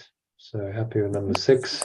Yeah. To number 7. So must forgive God's Son entirely. So the translation will be God's Son is perfect love's extension, and forgiveness is miracle is correction. I'm going to read in the alternative. Yeah. Is it able to be moved up a little bit so I can see the full paragraph? Yeah. Oh, there we go. Yeah. It must be true. The correction can heal all forms of sickness, or it cannot heal at all. Its purpose cannot be to judge which forms are real and which appearances are true. If one appearance remains unhealed, one illusion must be part of truth. and I could not escape all guilt, only some of it. I must let go of my judgment of my companions, who are perfect love's extension entirely, or I will keep an image of myself that is not whole, and will remain afraid to look within and find escape from every false belief there. Awakening rests on the faith that there cannot be some forms of guilt that I cannot let go of, and so there cannot be any appearances that have replaced the truth about perfect love's extension.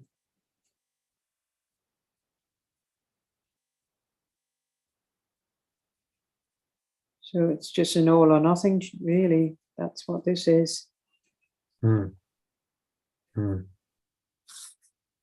It must be true that corrections can heal all forms of sickness, or it cannot heal at all. So it's back to the, being choosing on what we want to let go of, believing in the false self. So awakening rests on the faith that there cannot be some forms of guilt that I can't let go of. So you need to let go of it all. Yeah. So again, it's just, he's saying it over and over. It's an all or nothing deal. You accept this course entirely, or you don't accept it at all. You have to accept the whole truth, nothing but the truth, which means you've got to let go of all illusions. And you can't fudge that. You can't start picking and choosing and accepting some illusions that you think are nice, and then others that are not. So it's all in the same order. Whether it's a war that's going on, or some other calamity in the illusion, or it's something that you think you like a kitten, or a beautiful sunset, or it's all in the same order of reality. So you have to let go of all of it in your mind, even while you seemingly living here, because it's all about just your attitude towards it, your thoughts and your perceptions about it. That's what needs to be corrected. Then live your life. You're still living in the dream world. Illusions will be there because they're not just gonna disappear, but your perception of them is transformed. You don't perceive them in the same way anymore. You see them all as love. I realize none of them really matter. You see it all as just love, really, isn't it? You just have to see them. You see beyond it. You see the Christ in them. It's the transcendent. You see beyond the illusions of form and differences, and you perceive this transcendent awareness, pure formless awareness of perfect love that underlies everything, every person, every living creature, like everything in the projection that you can perceive with your senses. What underlies it is this awareness. Yeah. Oh, yeah. So that cockroach, that's true reality. The cockroach or the cute little puppy are the same. Yeah. Even though I know it's in the illusion, difficult to actually see that, but yeah. Yeah, but if you focus on the form, you'll never get there. No, apparently no, the cockroach is very different from the puppy, and the one is desirable and the other one's undesirable. You've got all kinds of preferences around that. Yeah. But actually, all those forms are just a dream. They're just images projected onto a four-dimensional screen of 3 dimensions of space and then time. So they're all the same. And if you really understand that, then even the cockroach can awaken you, as was the case with Byron Katie. Cockroach, was what woke her up, because she just saw it and she didn't really react. She didn't judge the cockroach. She saw beyond the cockroach. She saw, the essence of awareness that she wasn't, the cockroach was, and that everything was in that moment. And that awareness is completely transformational. That changed her life in that moment of just perceiving the cockroach. So, you can awaken from a cockroach. So she'll love cockroaches. Well, I think she's probably indifferent. She's like, well, I've got that experience, but I don't love them or not because they're not real. Yeah. So that would be another illusion. Oh, well, I love cockroaches so much because It awakened me. they help me awaken. No, it was just it could have been anything. It could have been any insect. It could have been anything. She just happened to be in an accident-prone state. That morning she woke up because of her whole history, and she was just woke up in this state of awareness where anything that came in could have done it. Just happened to be the cockroach. Yeah. Pulled over, and she looked at it without judgment in that moment and realized that all of her judgments were meaningless. I like the cockroach, I don't like it. It just, observe this creature without judgment. It takes you into your true awareness, pure formless awareness of perfect love that's transcendent. And but it's easier but it's much easier to go into that state when seeing it like a smiling baby, because you can see they look very pure, that lovely little smile that a baby gives. Not necessarily. Some people have awoken in the worst circumstances, right? Where things are really challenging. I was talking, was it yesterday? Yeah, about war. Right. John had a question about World War II. So there's a guy, I was reading his story. He awoke on the battlefield. He was fighting in a war. It was Vietnam or something. I don't know, but like hectic. What goes on in a battle, like blood and bullets, and it's like chaos. Which most people would find really stressful. And maybe because it was so extreme, he just kind of he zoomed out of it, and he just sort of transcended it. And he saw that even in the chaos and all the dying bodies and violence and death and etc. that he was observing, there was this transcendent awareness, which he became aware of. And he awoke on the battlefield. He literally went above the battleground, as Yeshua says. He literally did that. He was on a battlefield, and he awoke. So you just never know.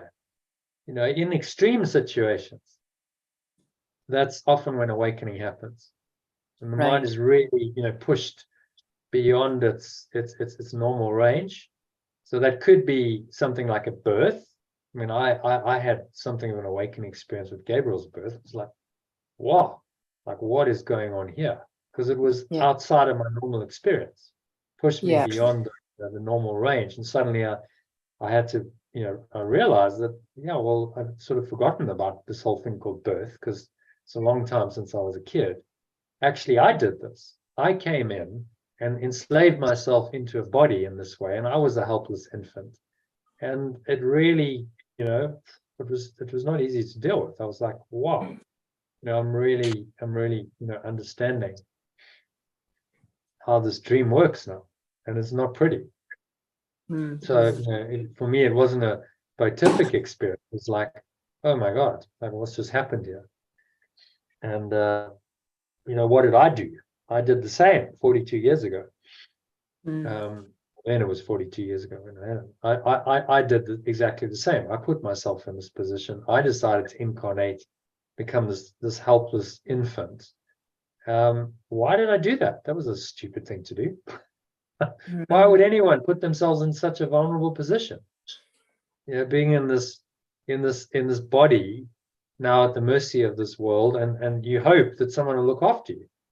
If they don't, then you have a setup for grievance for the rest of your life, don't you? Well, my parents didn't look after me, and I'm abused and I'm abandoned, and oh poor me. And why would you even entertain that idea? Why would you even come into a body? Well, you wouldn't if you're in your right mind. No one in their right mind would do that to themselves. It's only when you're in your wrong mind, the ego mind, that you feel compelled to take form again, to incarnate. So all of that kind of came to me from is from the moment of holding him in my arms. It wasn't like, oh, this is so wonderful. I was like, oh my God, this is shocking. Because I thought, well, what happens if I drop him on his head? If I willingly or unwillingly, if I tripped over, like that could damage him for life. I mean, how crazy is that? What kind of a reality is that? This being is so vulnerable. Relying on someone else who may not, know anything, may not care. In Gabriel's case, he was lucky. I mean, he had some, reasonable parents, but other kids aren't so lucky, and they come in and like, well, it's a disaster.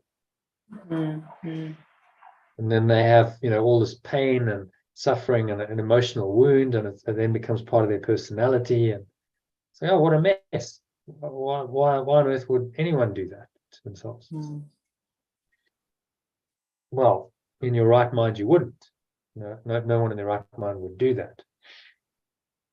So it was a bit shocking, but it did certainly, it was a big part of my awakening. I was like, wow. Yeah, it helped, yeah. Really starting to get the whole picture of what, this reality is and how it works. And it's shocking when you understand it. Yeah. Not easy to deal with, but one has to face these hard truths. It's the only way back, because there are no appearances that have replaced the truth about perfect love's extension. So irrespective of whatever's happening in this world, birth, death, everything in between, none of those appearances replace the truth about you, which is that you are pure fullness, awareness of perfect love. You're eternal, and nothing has ever changed. So nothing in this world, birth, death, and everything between, nothing can affect that true being and your true state of awareness in that true identity. Okay. Yeah. On to the next one, number 8.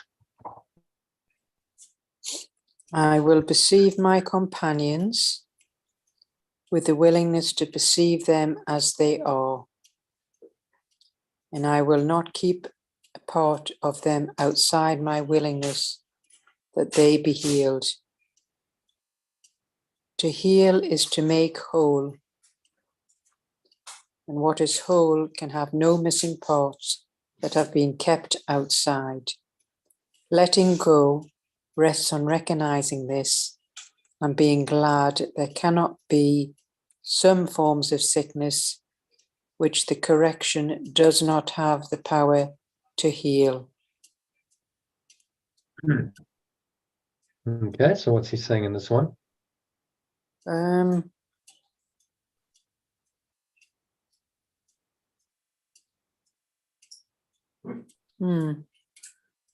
Well, to heal is to make whole, so we need to perceive our companions with the willingness to perceive them as they are, which is pure formless awareness. And what is whole can have no missing parts that have been kept outside.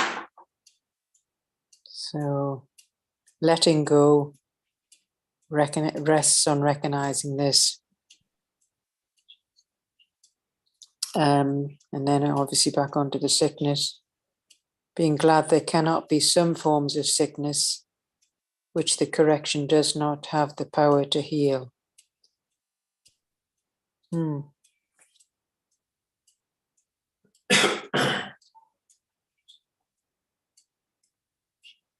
So that's...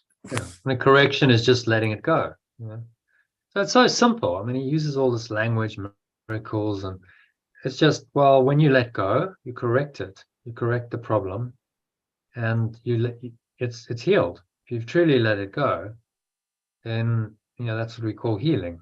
You become whole again in your mind. And there's no illusion that cannot be let go of.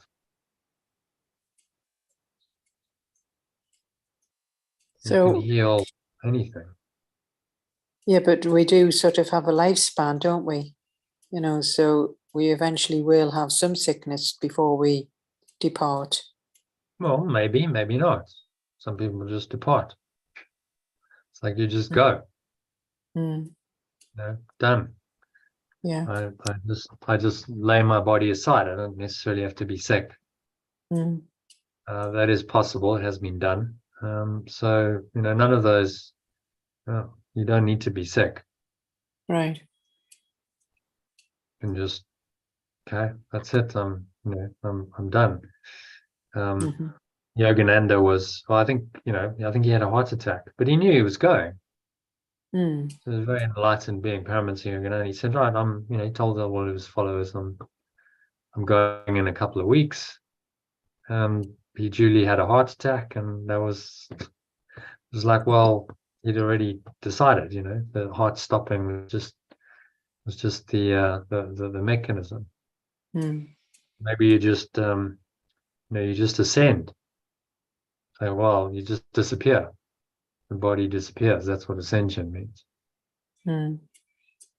Very rare that happens, but it's possible. Yeah. They showed it in the if you watch the Star Wars movies, the Jedi Masters ascend. They just disappear. No, I haven't seen that. No. Well, that's all ascension is. It's like the disappearance of the physical body. So the body's no longer necessary. It's gone, and you ascend into heaven, the state of pure formless awareness, perfect love, and your mind hasn't really gone anywhere. It's still in the same state. It's just there's no longer a projection in the dream world.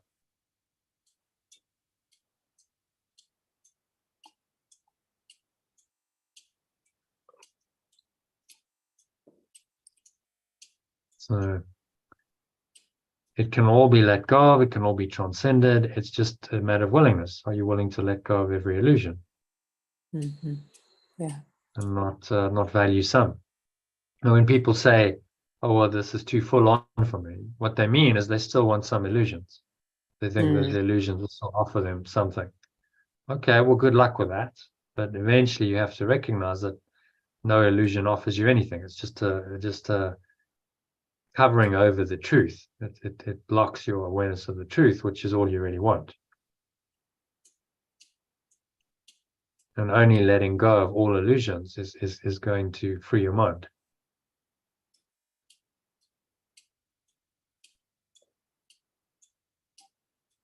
So a very simple teaching. This is not a difficult teaching, really. He's saying it's very clear, very simple. You let go of your attachment to all of your illusions, and that's the way out. That's how you attain freedom and eternal life and happiness and peace and joy. It's just through this mechanism of letting go without exception. Don't make exceptions to anything in this world, because it's all in the same order. It's all just a projection of your ego mind designed to keep you here. Very simple teaching. Just doing it isn't that easy. No, that's it. Really, the theory is easy, but the practice of, I've got to let it all go, and not value form. Whenever you suffer in this world, what you're doing is you're valuing form. There's a form outcome that you attach to, and then you suffer. And if you recognize that, then you can choose to let it go as well. You can say, well, I can change my mind about that, and I can choose to let go of my attachment to the form outcome, and then I'm free, then I'm released, and then I don't suffer anymore.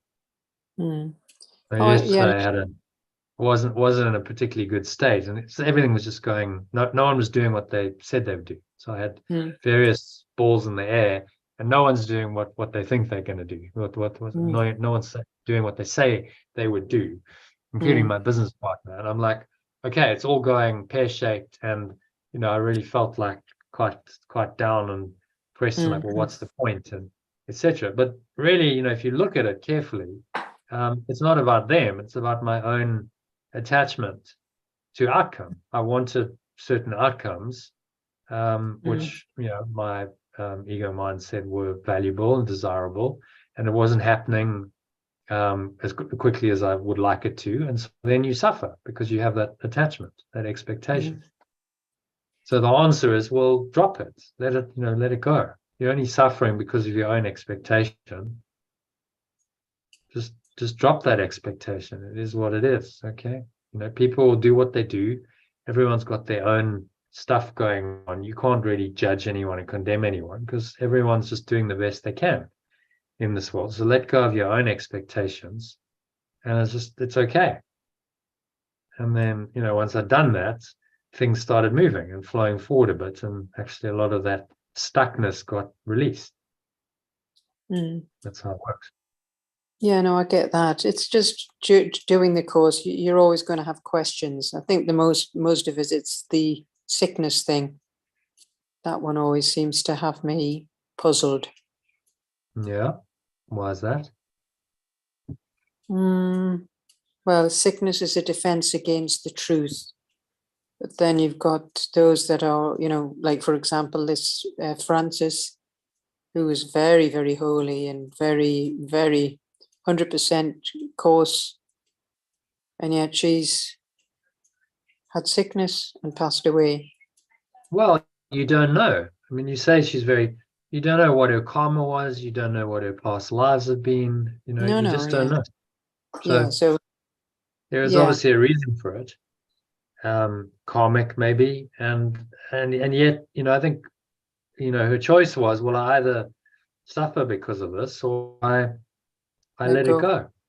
And maybe she was wanting out. Maybe, that was her way out. She was like, I'm tired of this world and this life, and I want to be free. And so, okay, the body needs to die then. So cancer will do the trick, and then that happens. Ramana Maharshi, who was, really was enlightened. There's no doubt. He got cancer. Yeah.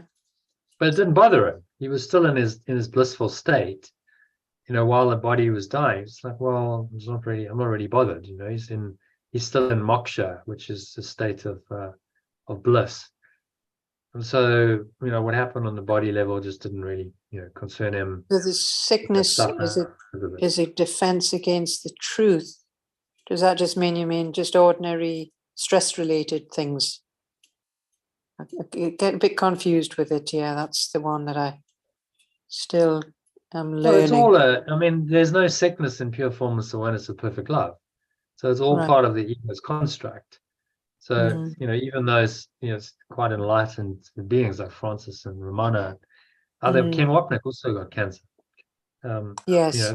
Very, we don't know, perfectly enlightened, but, he certainly understood the course, no doubt. Oh, yeah. So then why? Yeah. Well, because, it's remember, it's happening on a subconscious level. The ego's defenses are not conscious. No one says, oh, well, now I think I'll just get sick. It's happening unconsciously. And so then your choice is, well, I either believe this and accept it as true, or I let it go. And I'm able to transcend this. And then it just becomes another forgiveness opportunity. Which, if it's, like cancer is often the last one. Maybe that forgiveness lesson that Ken and Francis and so on learned was the last one they had to learn. Maybe that set them free forever. Who knows? Then you have that lady, what's it, Majari or whatever you call her. She came back from, NDE. Yes. Yeah, there's another one that was wanting to leave the body, but for some reason came back. Well, she chose. Yeah, she went off and met her dad and friend who in the other world. Yeah. And they said, well, you have a choice. You could leave, but there's work for you still to do. So go back and do that work. And her condition, he said, yeah, I'll go back, but I'm not going back to that sick body, which is sick and dying. There's no point. That body is in so much pain and it's not functional anymore. So okay, I'll go back, but I have to heal. I'll go back if the body is well, And so she made a decision on a higher level to be well. And then she comes back and that decision gets played out on the level of form, and her tumors miraculously just disappear. Mm. Yeah, And fascinating. they couldn't explain it. The oncologists were like, well, they've never seen anything like it. Tumors the size of golf balls just shrinking down to nothing in 5 weeks, totally clear. And she wasn't getting chemo or anything. There was no logical explanation for it, which freaked them out. They couldn't deal with it because Oh yeah, no, I read the story. Yes, yeah. Another thought system that was like, okay, well, actually, this is remember, showing yeah. you the power of miracles. Yeah. It's showing the power of the mind that makes all of your magic treatments look silly. But she did get some chemo, didn't she? I think she did get some chemo before a near-death experience, but not after. Yeah. Afterwards, it was healing within days. Her tumors were just shrinking, and because it wasn't required anymore. The mind was like, well, this isn't useful anymore. Her whole system had been reset into a high vibrational energy through that NDE. And so the cancer couldn't survive in that high frequency energy. It's all energetic. Yes. And so it just righted itself. The cells started functioning correctly. Who knows exactly how that happened, but it's a function of a high frequency energy, which the cancer cells couldn't sustain it. So those would have died off naturally, and then healthy cells replaced them. Or maybe they mutated. The cancer cells became healthy cells. I don't know exactly how. Only the spirit will know that. But miraculously, it worked. So that shows you, there's no order of difficulty in miracles. You change your mind. Her body was on the verge of death. The doctors were saying, well, look, no one comes back from this. Her organs are failing, her whole system's degraded. Nothing more we can do. Say your goodbyes, and then whoop, she comes back from that. The body regenerates because the mind was corrected and healed. As he says here, letting go rests on recognizing this and being glad that there cannot be some forms of sickness which a correction does not have the power to heal. So she corrected her mind, and the extreme sickness of the body was healed, even unto resurrection. So Yeshua demonstrated, well, your body can be dead, and yet it's not impossible to come back and overcome even death. Finally, there was great demonstration. There's no order of difficulty in miracles. All right, so let's move on. Are we done number 8? Yeah, how many paragraphs are there? Because I was wanting to finish about 9, but I can have another. Yeah, just 2 more, Elaine. So oh, that's right. 9 and 10, and then a summary. Oh. Yeah. Okay, Yeah. so we read number 9 in the alternative. Yep. Perfect love's extension is perfect, or it cannot be the extension of perfect love. Nor will I know my companions if I think they do not deserve the escape from guilt in all its consequences and forms. There is only one way to think of them if I want to know the truth about myself. I thank you, Source, for your perfect extension, and I will perceive my own magnificence in my companions. Here is the joyful statement that there are no forms of evil that can overcome the pure formless awareness of perfect love.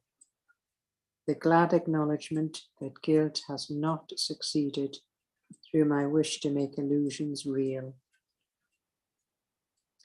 And what is this except a simple statement of the truth?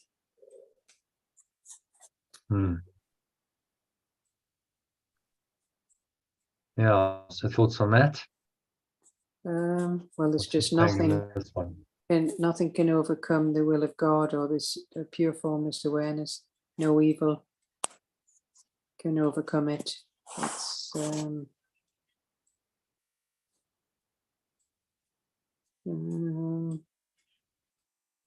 So we want to just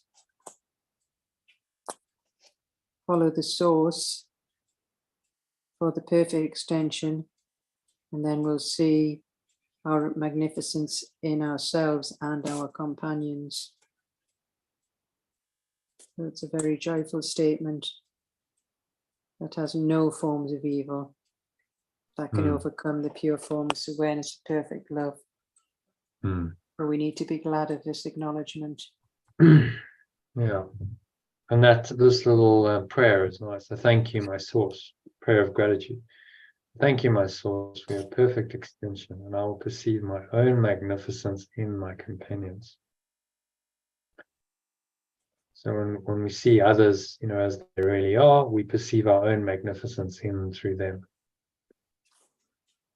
Which is why it's enlightened self-interest to do unto others as you have them do unto you. So it's in your own best interest, because you're perceiving your own magnificence in and through them.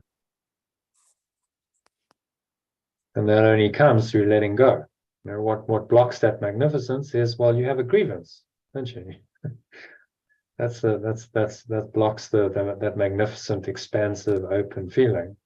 As soon as I have a grievance, well, that's all denied, and now I'm stuck in the grievance mindset.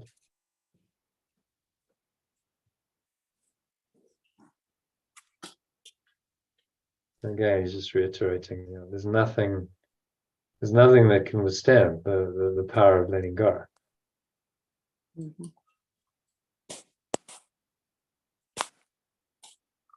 Which is wonderful to know.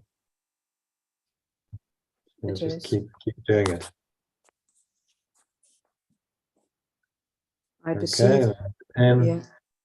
perceive my companions with this hope in me, and I will understand they could not make an error that could change the truth in them.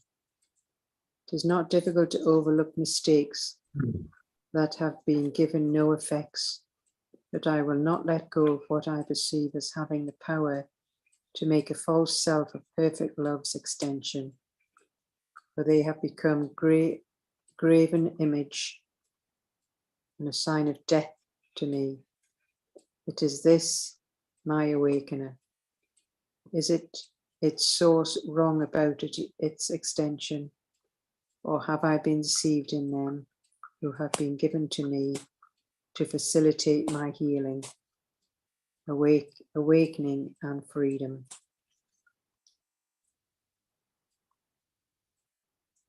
Okay, so what's he saying here? Just to see our companions with hope that that there is no error, that the truth cannot change in them. So it's not difficult to overlook mistakes that have been given no effects.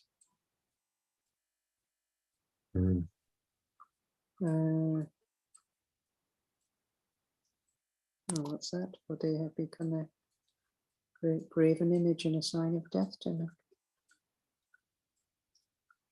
It's not difficult to overlook mistakes being given no effects. Again, it comes down to correcting my perception, saying, well, if it's all unreal, then these mistakes have no effect. So then there's no cause and effect. If you deny the effects of an error, you also deny the cause. And that's how you free yourself from the dream. There's no cause of the illusion of separation, and therefore there is no effect. So deny the effects to start with, and you must deny the cause.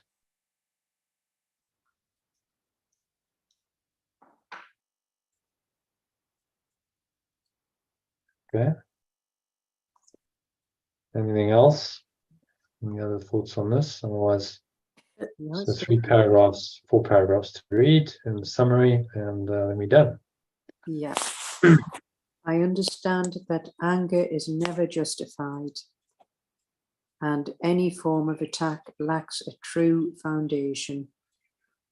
True liberation begins when I depart from fear and let go of false perceptions. True pardon is always justified. Awakening is about reaching appropriately to what is unreal by recognizing its non-existence. There'll be reacting, not reaching, reacting. Yeah? Oh, right. So I didn't see it with the cursor on it. About reacting appropriately to what is unreal by recognizing its non-existence. I can say responding better. Yeah. Letting go is the only rational response in the face of errors or misperceptions. By grasping the truth behind letting go, I can replace my terrifying illusions with reality. It is essential to know that genuine forgiveness will lead to healing. If I think some aspects of my existence are beyond letting go, I cling to illusions and limit my liberation. I've come to realize. Yeah, so any thoughts on that first one? Well, just seeing all the false perceptions, and true pardon is always justified, and that anger is never justified in any form. This is a nice one. Letting go is the only rational response in the face of errors or misperceptions. That's all I can do. It's the only thing that's going to work. Yeah. Of course, the ego's logic is different. The ego is telling you the rational response is anger and fear, but the ego is irrational. So, the only thing that's really going to work is letting go. Yeah. The only sane response.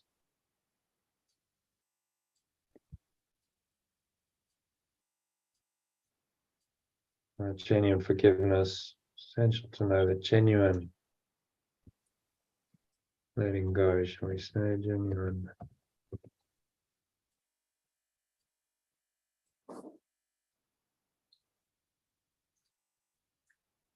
How about pardon? Put in there, pardon. Genuine pardon or letting go.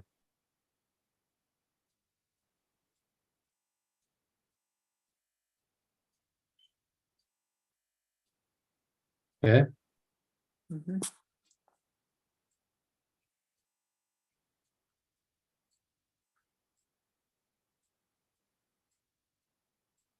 Next one. Yeah. I have come to realize that for real healing to occur, I must believe that all forms of suffering can be healed. Holding on to selective beliefs about what can or cannot be healed means I am not ready to let go entirely. Any belief suggesting some errors or illusions are more permanent than others limits my capacity for truly letting go. Healing is comprehensive and nothing should remain unhealed. Looking upon others with genuine willingness to perceive them as they are, without making exceptions, is my path to complete healing. Okay, so what's he saying in that one? It's about the healing. If we want it to occur, then we have to believe that all forms of suffering can be healed, and holding on to selective beliefs that what can be healed or not, we need to let go entirely, or it means we're just not ready to let go entirely. So if there's any belief suggesting any errors or illusions are more permanent than others, then we're limiting our capacity for letting go. So healing is, there's nothing should remain unhealed. So we have to see them as they are. So yeah, the sickness one, I guess, will be the biggest challenge for students. So, but that's work in progress. Yeah, this is sick.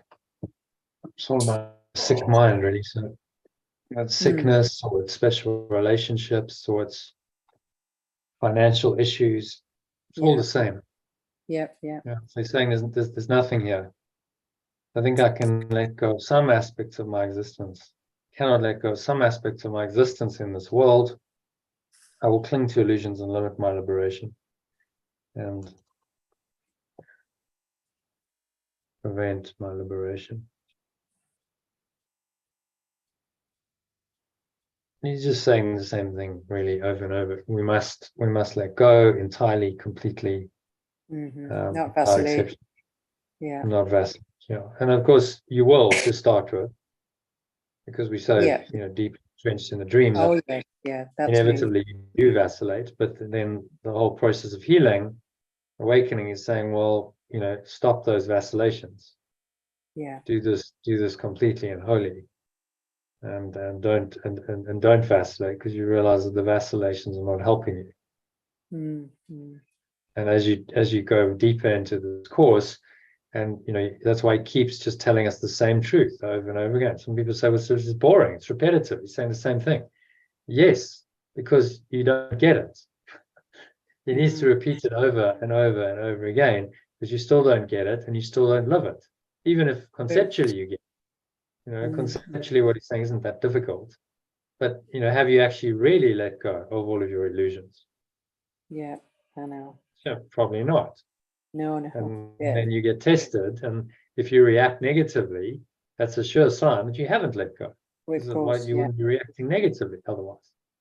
So then there's more letting go to do. Okay, well, then you accept that that's just another letting go opportunity. It's another lesson. You let it go, and that's how you awaken, systematically and progressively letting go, as and when you need to, will awaken you from the dream. And say, well, that's what I'm training you to do, and that's what your life is really all about. That's the only real meaning or purpose of it. And so just keep reminding yourself that when you're tempted to believe in the false idols of the world, remind yourself that none of them actually mean anything. And the only thing that does mean anything is escaping from the dream.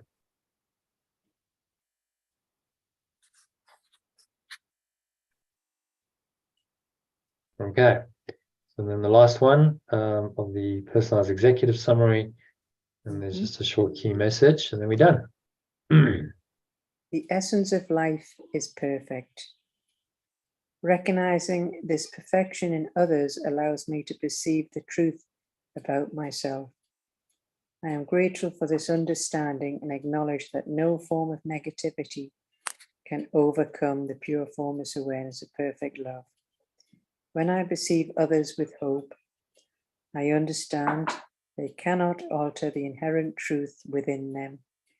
No mistakes have the power affect the truth. To affect, to. No mistakes have the power to affect the truth. So they must all be easy to let go of. Holding on to a perception that someone else's mistakes have the power to alter the truth about them or myself is a false belief. True freedom and awakening come from recognizing and celebrating the unchangeable truth within everyone. Yeah, nice. Well, what's he saying in that one? What's It's just AI saying, shall I say? Because this was generated by ChatGPT. Yeah, well, the essence of life is perfect. If only we could see it. No mistakes have the power to affect the truth. So the sooner we get there, the better. Truth, freedom, and awakening come from recognizing and celebrating the unchangeable truth within us all. Yeah, within myself and everyone else. maybe just everyone, else.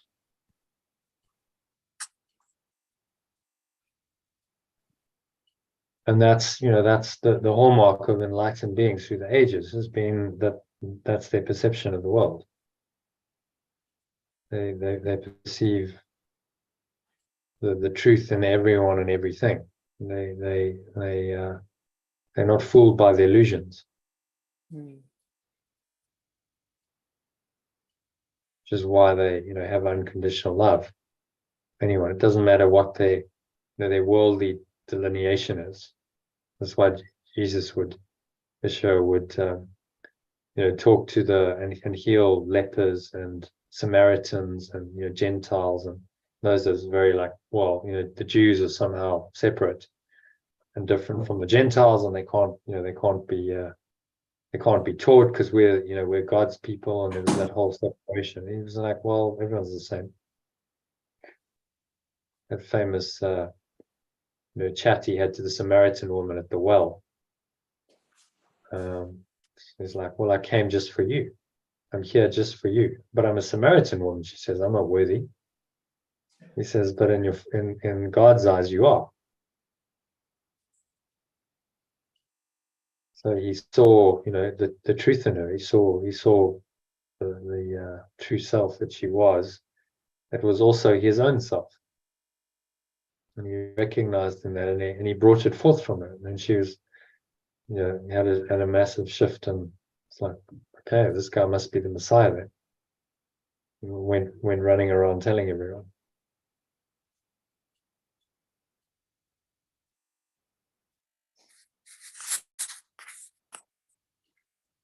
Okay, so just happy with that? Yes, yeah. Quick summary, key message, one short paragraph. True pardon or letting go leads to healing and liberation. Awakening involves letting go of all my illusions and recognizing the inherent perfection in everyone. Perceiving others with loving kindness and understanding helps me to perceive the unchangeable truth within everyone, paving the way for my healing, awakening, and freedom.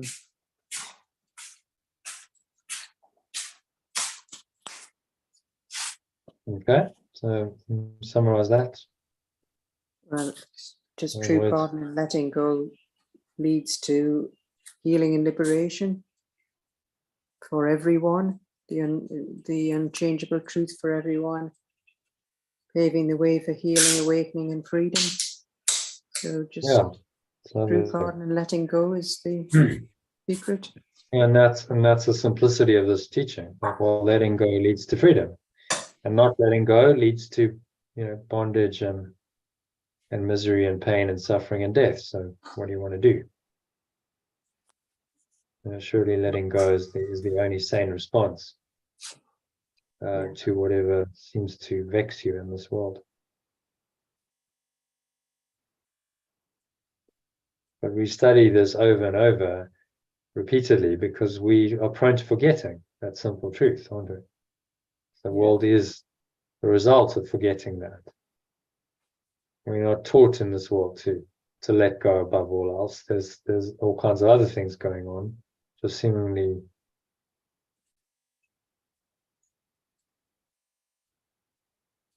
unforgivable. But you're saying nothing.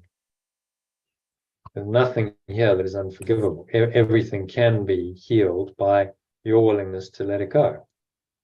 So the power is with you. You must decide,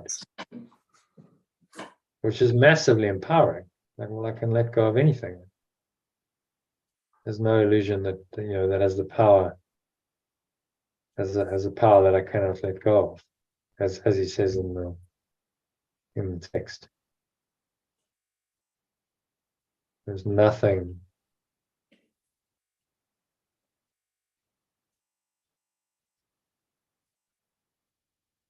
There are no forms of evil that can overcome the pure form of source, perfect love.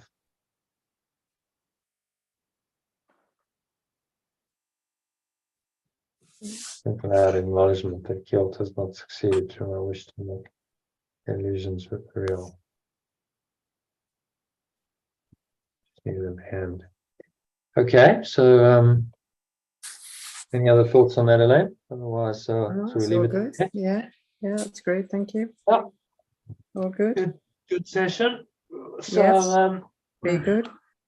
yeah. Tomorrow I could do an afternoon session. What's your timing like? I'm not Or sure there. night? Might be a bit later, but I've got a hospital appointment. You know what hospital? Well, it's not. It's my friend. I'm going with her. I need to drive her then. Okay. She's got some Right. sessions, So so I've got. I don't know. Maybe So we one, do two. an evening. Can we do an evening session then? Yeah, I think it Better. might be better. Yes, because you know what hospitals are like. You could be there all day. Yeah. Okay. So we'll do an evening session, and then Friday we'll do an afternoon session. Yeah, that'll be good. All right. Yeah. Okay. Great. So I'll see you tomorrow evening, same time. Yeah. Thanks, Elaine. Lovely. Okay. All right. Bye. Namaste. Namaste. Bye. Bye for now. Okay, so that is a wrap for today. Thank you to Elaine for joining. Hope you enjoyed that. If you've watched the live stream, subscribe to the channel if you're not already a subscriber to get more videos like this.